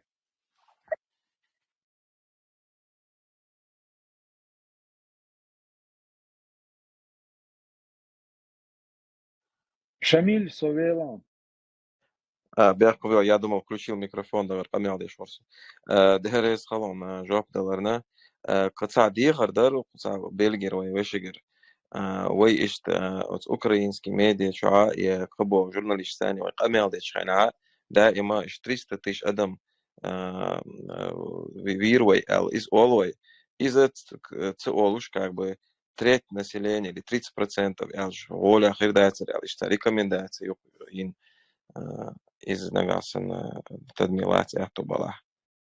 Шамиль, Сайнц Бахмобила Кузахцап обрывил, что я тебя до конца нет. Можешь повторить? Вот мы, когда выступаем на украинских медиа, там с разными журналистами говорим, мы часто озвучиваем вот 300 тысяч погибших, да, во время двух агрессий. А он рекомендует говорить именно в процентном соотношении. Вот на тот момент примерно 1 миллион населения Ервы, это получается треть населения или 30%. Ищет озвучить более весомый голос, более как бы наган к этому холк нердио мелчо бугам халуин санахел. И рекомендации ешь нагасан и тадмилати атубала или цахараца комментарий хаяла. Юнс комментарий как раз таки вы на самом хадис цена трагедии 300 тысяч эльчевой, 30% эльче, она очевидна. Дело в том, что вы искусственно вы принижать дештар, вы миллион дать, миллион не бедать можешь. Цаатан, само сомнение, делается дешевле, нохчи-то она 2,5 миллиона нохчи был. Так, вы там из-за, как бы следуя от сумманова и ограничиваться даха, из-за неисцелецон, что сделала и 300 тысяч раскошь, признать ее цифры издать, раскошь 300 тысяч. Да, это озвучивали оккупационные структуры власти, ну, это для нас то же самое, что это озвучил Кремль, потому что они, из чего они исходили, я не знаю, но сам факт, что мы это взяли на вооружение, именно их признание российской стороны о 300 тысячах чеченцев, которые погибли в эту войну. Сун наоборот, в процентном отношении перевести диче, отсон яцаджим военца ущербно гоксон идуй, хундаче азмабахари там ночи как минимум 2,5 миллиона был. Цундела процент вывести диче, или мы должны будем завысить количество жертв, или же мы должны принизить численность населения. И в этой ситуации военца они из Гуштега и 300 тысяч ел, а царь Бенчунт это из Майдни Дахкар, Голихич, Бахкас из нас. Шо, ла рез хо. Так, Рига хои эксперты. Шошин микрофон латинишон. Рига хо. Ховист хамат. Поё потом эксперт вистхоли товой. Рига хо хош. السلام عليكم ورحمة الله وبركاته. وعليكم أحمد ديلا تخاطر بقدر تسقلوبهم خيط دو شوصهم بستان استقوارت عدو ده هنسي ويدا ويمخ برات بال ويتقدر شيء وي هل تورتي عبرش بوخ عبرش قوز عبرش دقيقة بيقدر دقوة دانا مميت شين منين يوش تاوي اتقدر جن شول تاو تحمو بشتر بوتي وين يوغ ويوشن تامو ادم ووشن تشوش ده خير دو تشاور استح تعام بول بويتي بيش تعام بشتر اغويتي وين تحدو القامة داي وين برسنتو 70 دلع دوي بوغا وين تان يشر دويتي وين تدخ شوين قوزر شوهين قوزر هندهكن توطايد بوغا على روشترتو السارق اميال دير دول شومم داتستيه بس تان تا Итсон ой люксом постоянно и вопрос только беспокоит дешь. Сон ответ не хочу говорить я. Из глупый вопрос, да, сон я говорю, угар чорчара, кърчара, хакта до инца хиттуш дек угар вен лазми дек туиса. Но вен гуштолч холяха, вен лилуш болшне, я ودعوش политики ца, дал мула халхач дек яха. ويتانا توبنا شو دلاها ودرشي بوصل نشتو إن شاء الله ده الموضوع الله وابين هي تنبويزة أز بوصل شنا أنا ويتانا نخشي دو إذا ويغدال بين هي تنبو أس إيش تحضر حالين على شلون على هدون عشان وبوصل خلرو وديشتل هما ليلوشتل هما وشرع تنس ديش خلر يبيلقوا داخوين أقوى نخشي خلرو ولازم تأخلر أستيع يبيلقوا داخوين داتس سنديلا دال ملاحة ويتانا إنتاعش توقام تاعش بالناخ 70% إلى رايزة سيقاتش 95 إلى 99% فا دان أتصعدوش حولا ريزبوش عشباتش شيعدوش حولا ريزبوش عشباتش يتوي حلق دينش كاميلي عما خلري سويتسكي بريود يولشخيناها أتصعش بول نخشي يتعصعين بول غوهاي وقارينس بولش نخشنا غواشنا ويدعدو الله وغاسقي خلا وين امش يلقش دوخ كان بوصل بالله ويدعدي الله اوتسن يا اشتقيتن بولش بولش دلع وين يخال خيت ديشنا ويصعين بولش ناخ يحالها طنت الوتش يحالها تميحه وتصح لينين لينين بودت جيت بوش ليلبول ناخ شي سينوش تقوش وتصوش دو حلتر وتصوشنا أفغانستاني زي لينيش يازديش добровольцами دائما بول وي قونخي تيغات он бич خيناها إذا интернациональный долг для выполнения интернационального долга бош дайган бирштига отсумно ариенс бол начо цятбянир чого вех войнах нохчах голгах дуагдил нирцара ويبوصل مش ديسنا الله يا ويجا وينах نохчоло الله ويديسنا سندلا سون طبعا وتصعبوا شو ناخي كديرو بروباغاندي وتصعشوا قاني إذا وتصنتر عند ديل سديس إذا ستعاشي كويات سون سوش دال ملاحة ويأتس توام يأتس سينجتن ياتس بالا ياتس ويتأديرش خلاحة اتعني دي زردات أما وي أستانس أحدوش حولي ده أتس عازبيرة يقام إلها داقة أتس قومن تغن سيقعدوش حول ويقعبيل دقيت غولي عني أغاحة ساعت إلو تردويس هونت أعشى تسيقاح بيه ويكون مخيطة لردات تغنق آرر دعهم ويخيطة خيطنا ويتسير حالكش شدات وتسحبوش ناخه تعنهم دوغ يوخويوش ويت بيش بوش بوغتا ودنيا ويليلوش دوش политикица ويزعينشتا وتمخك ويديك بالوربو إهم أتصنت عشان ويلش أعيل شيء بيه ويتساعدوا بمخيص ده سنديلا ويتعمل ديشتك ديشتك ويباهم بوق تورتسا تجابوي هقزا بوي خو правительство и тунер بنيكدوي تعهم دات فزع دول هم مش هش تانتها هقزام وقولدش حولو راسقي سبيتسولش مصدوش داستمغا داقيتش ديلو شوندو طبعا وي يتورتسا بولشات قيسون دات وي يوق يوروبيا طبعا قطع شيء اقول بوليتيك داقيا بولش ناس قيسون دات وي يقيس دل تعبوخ بات وي ويقام ماش داقيا شو بوش وسق ويقام ماش خلدي شو ويبتشال خليه شو بوش ناع ثاني ويتعا قاموا يات مستقل يات مخيل وهم تديش وديجيتال شدوي أتوي بيه ويتعبوش نيخ دوق ويلش عيات أخو الدنيا تاع وترجو يشولش قيش بتشال قيش بوليتيكي قيش من دنيا نقر إنستيتوتشك وين غدا وين تعدا علاتس وغدا تحوي تنشحوله وداخل نيا كرب تانا نو الله ويقتر برت خلبيز بوش يهم دوتش دولة تان ليش دينها سون صدا غريحة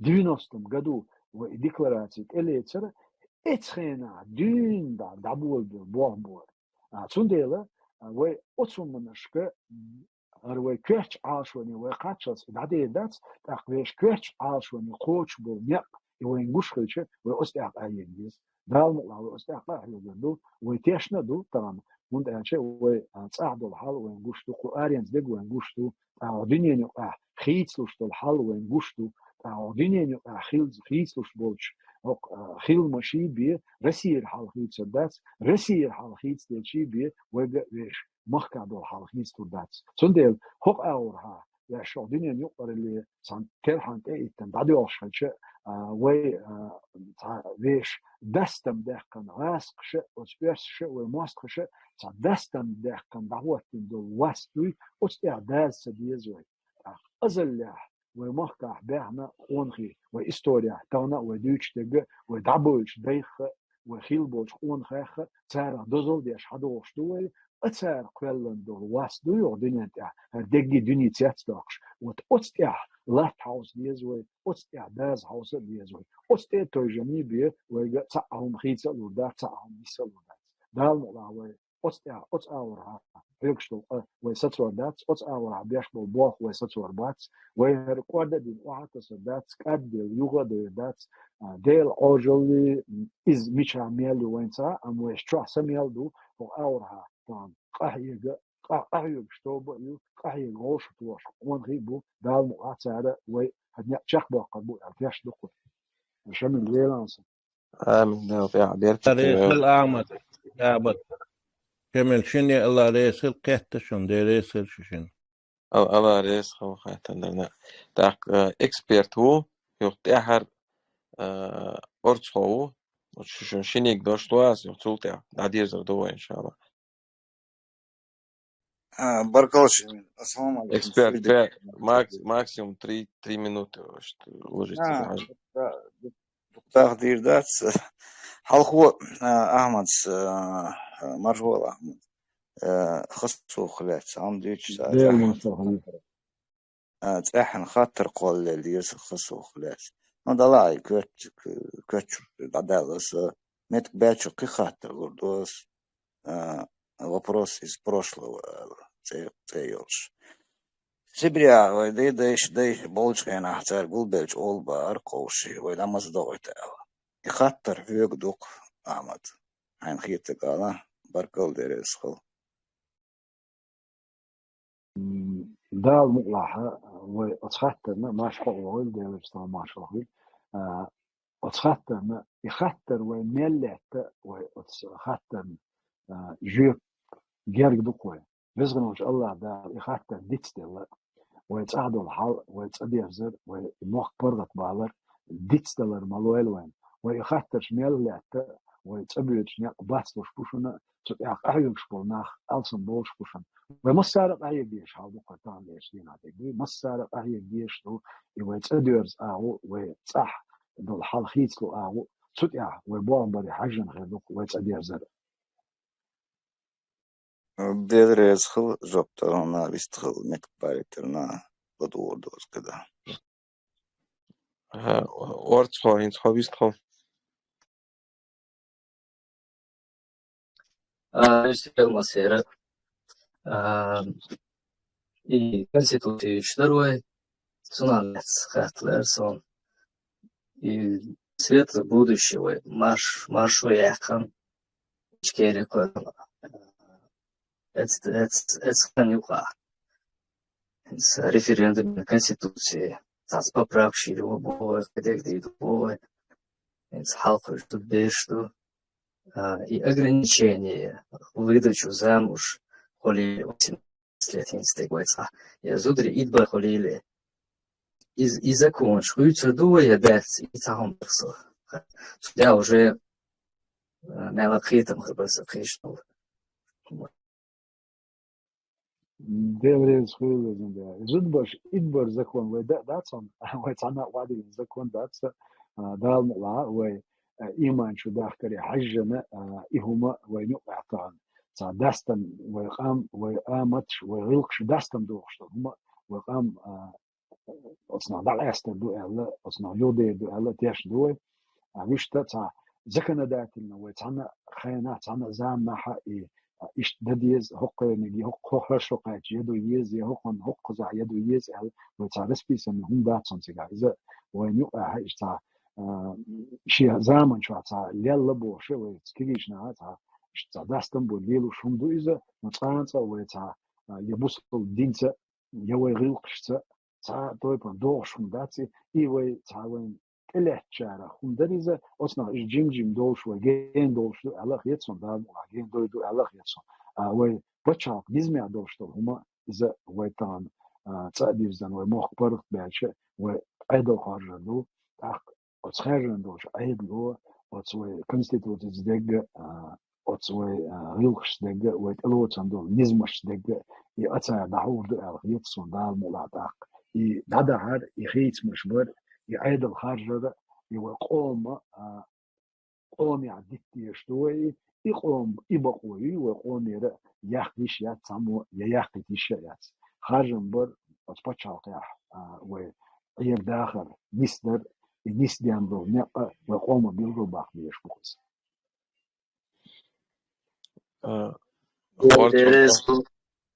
There is ответ скоба беш أما رئيس هنا администрации вежерш тханен дошло босик мулко я шук از ميكروفون حالتنا هون رسولتها уже عديز что شنوي ده المولا أحمد أخي تعر ويست قليتي ويت أخي ملكه المعمد بوشور معمد بوشور أنا واسطوي صوت هم دويتر دات إيش يرتاح تا نا واسطو بار تو دات شو إيمان دوش سكلا إز ديلك بيرش ديلك تيش سكلا إني قوات ترتس وشين تلاه تيجا يفيل سجوي يدعير زور يسور يتون خيخ حلق واقرة يوم ليلوش خلقتو إيش تا ريزوت شوم دالشة إيش دعاجي شا ريزوت شيء تاهم إلا تاهم نستوش تجي دعاجي also all بار so بدي هم سكروا ورون ولي that's فيش كروا ورون so يتي شون كري أن يلا داش بوا بي بقشن دوك في زروات إن شاء الله ملكه ويست خلاص السلام عليكم ورحمة الله وبركاته خدرا حق سخشوي Марш вуала, хашвон, вистхала. Вистхал, нет, да, царсанок, дай мах, чири бож. Вот ваш Вистхалыч, возникли вопросы, я даже не жду ответа на мои вопросы, как информация к размышлению, потому что какой-то у меня сделал вывод, что хаттер до и какой-то неконкретный получается ответ, вокруг да около, замазать, размазать, да и слиться, да, хаттер. Так вот, дай мовчери, он такой вопрос задал.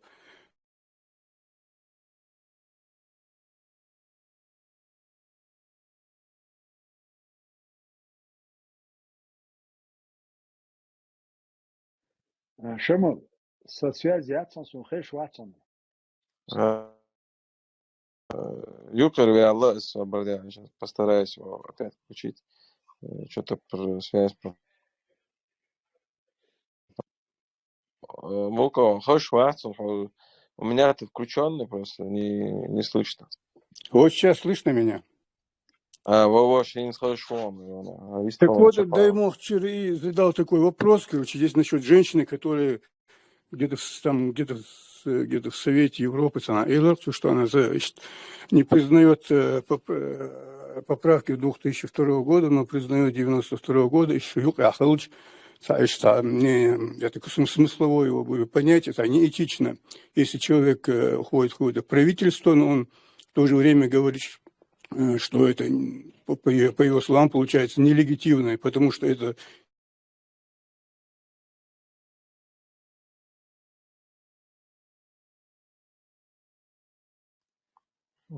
что-то опять ли пропало. И вот эта женщина, Элек, короче, есть вот этот ответ, я так и на этот и не получил, короче. Например, такой очень свежий пример. В Англии министр иностранных дел отставку ела такая зуд просто потому, что она сказала, что неадекватное отношение к пропалестинским, произраильским митингам, что произраильские митинги более жестко разгоняются. Вот этого слова оказалось достаточно, чтобы вот это правительство ее отправило в отставку. Тот же пример в Англии, короче, есть, когда Джонс, его, короче, премьер подал в отставку просто потому, что сегодняшний инсул и премьер-министр, вот этот индиец, министр экономики Ормёцин, он подал в отставку, еще там пару подал, и все правительство подало в отставку. То он, короче, вот эта женщина, короче, да, так я-то не слышал, но дай мовчери, если она так сказала, если она не признает то, что там закаясь Бог, цаду, воку Бог, вожду, короче, да, несоответствует. Получается, короче, если ответ ты не услышал, может получиться так, что я хочу кая Бог, что на косту, то один камель, 15 минут камель, ну и, короче, да, контекст, хотя кандидат в итоге через некоторое время сказали, из контекста вырвано. Ну и в итоге, короче, да, потом он сам признает, что это было, короче, не было вырвано из контекста. Я к чему это говорю? Может, все-таки такой внутренней корпоративная этика должна существовать, короче, если коль скоро вы позиционируете себя командой, короче, на основе какой-то бухаболыш, короче, да. И шел далях, короче, да, я не жду ответа, потому что я не хочу какой-то размазанные ответы слышать. И шел дек, короче, да, насчет этих поправок.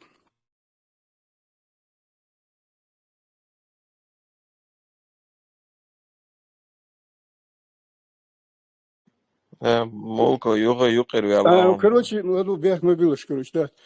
И в военное время другие структуры не действуют, короче, есть, но это естественно, хумдой, короче, да, оперативно решать, это шумное управление районами, короче, назначение там, я не знаю, каких-то губернаторов, короче, да, глав районов, там, это 3-10, короче, да, по поводу этого созывать совет парламентов, президиумы, короче, да, естественно, это и президент, там, и закон, я не знаю, имеет право единолично это решать, это дело, но преамбула этой Конституции, которая никак, по большому счету, не влияет на управление государством, не влияет на управление военными действиями, преамбула этой Конституции, то, что Чеченская Республика Ичкерия является демократическим государством. Эта преамбула была изменена, что она является исламским и так далее, государством. Я не понимаю, почему вы сегодня говорите, что это было какое-то временное дело, что это на военные действия,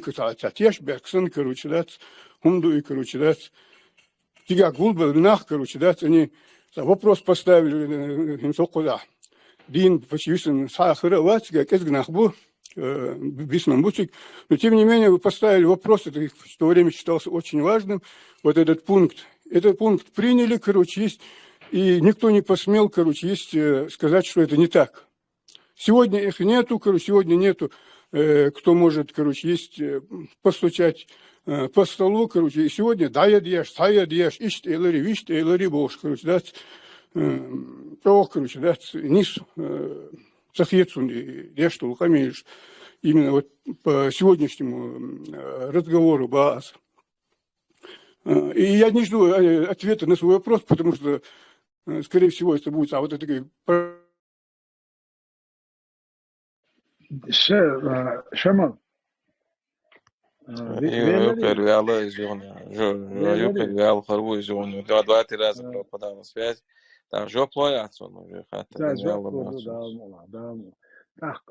Канада амел дин бошел, иш дин дол амел да асчигласадиона в этом контексте дин амел саладу да прежде чем делать какие-то выводы.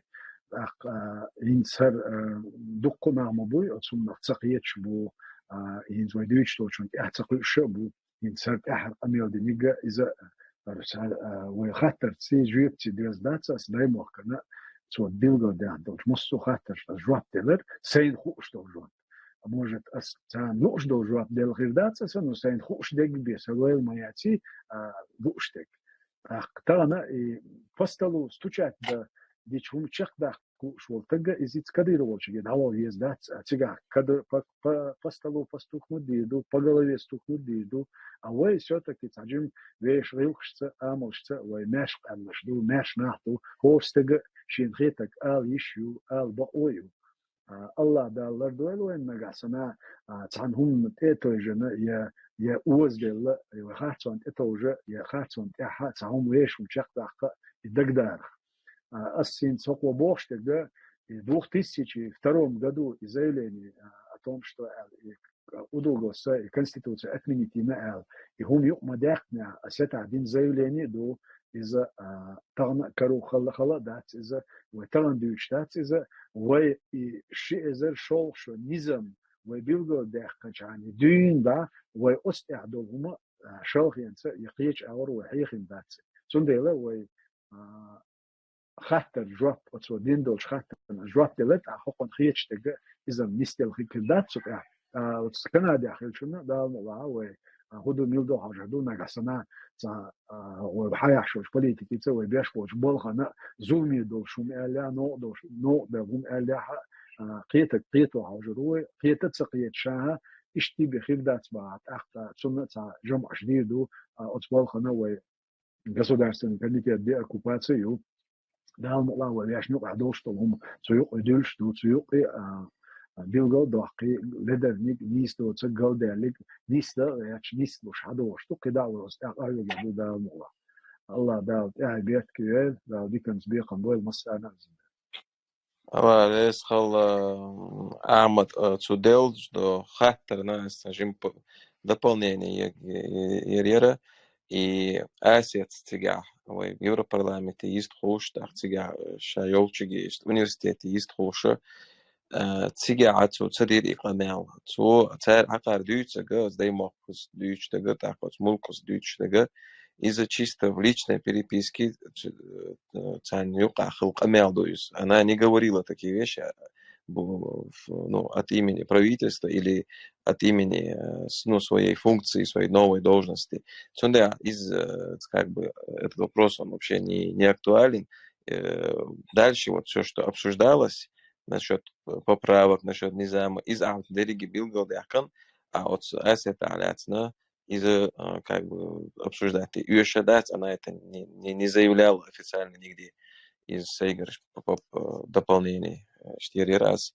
Так, октя, дадезач багах ецон эфир уже косаат соудела, ويقنع ديش أعمد هون ديريس خو اشتوقي الواح كرنا وخيزن كنتر واو دال ديكنز بيق أموال وشوارنا وشو جواب دلرنا بيست خبرنا تاغوي بيل بيش بول خد دال بيركتي بويل دال ديو دوق داغ دويل شو شادي شوق باتش خالقنا حلقة دويل هرغوق نولي دي شانا دال تيها بيركتي ويل قد سمسانا أديكيل أعمد عدو دي تشش تعدير زادر خوي ريفير إن شاء الله.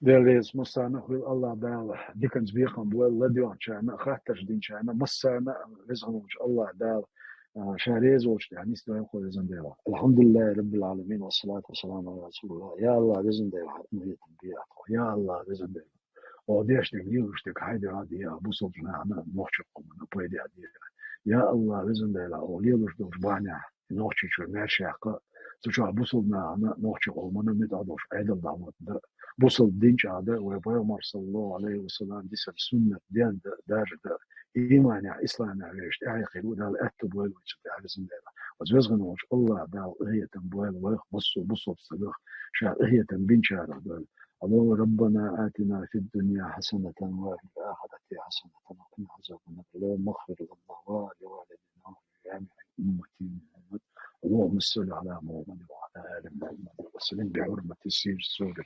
الفاتحة الله حاسب الفاتحة عشان بعد يرجع الأخوة بعد قاعد بيت كذا ده يسوي مسانا. آمين الله يسخر.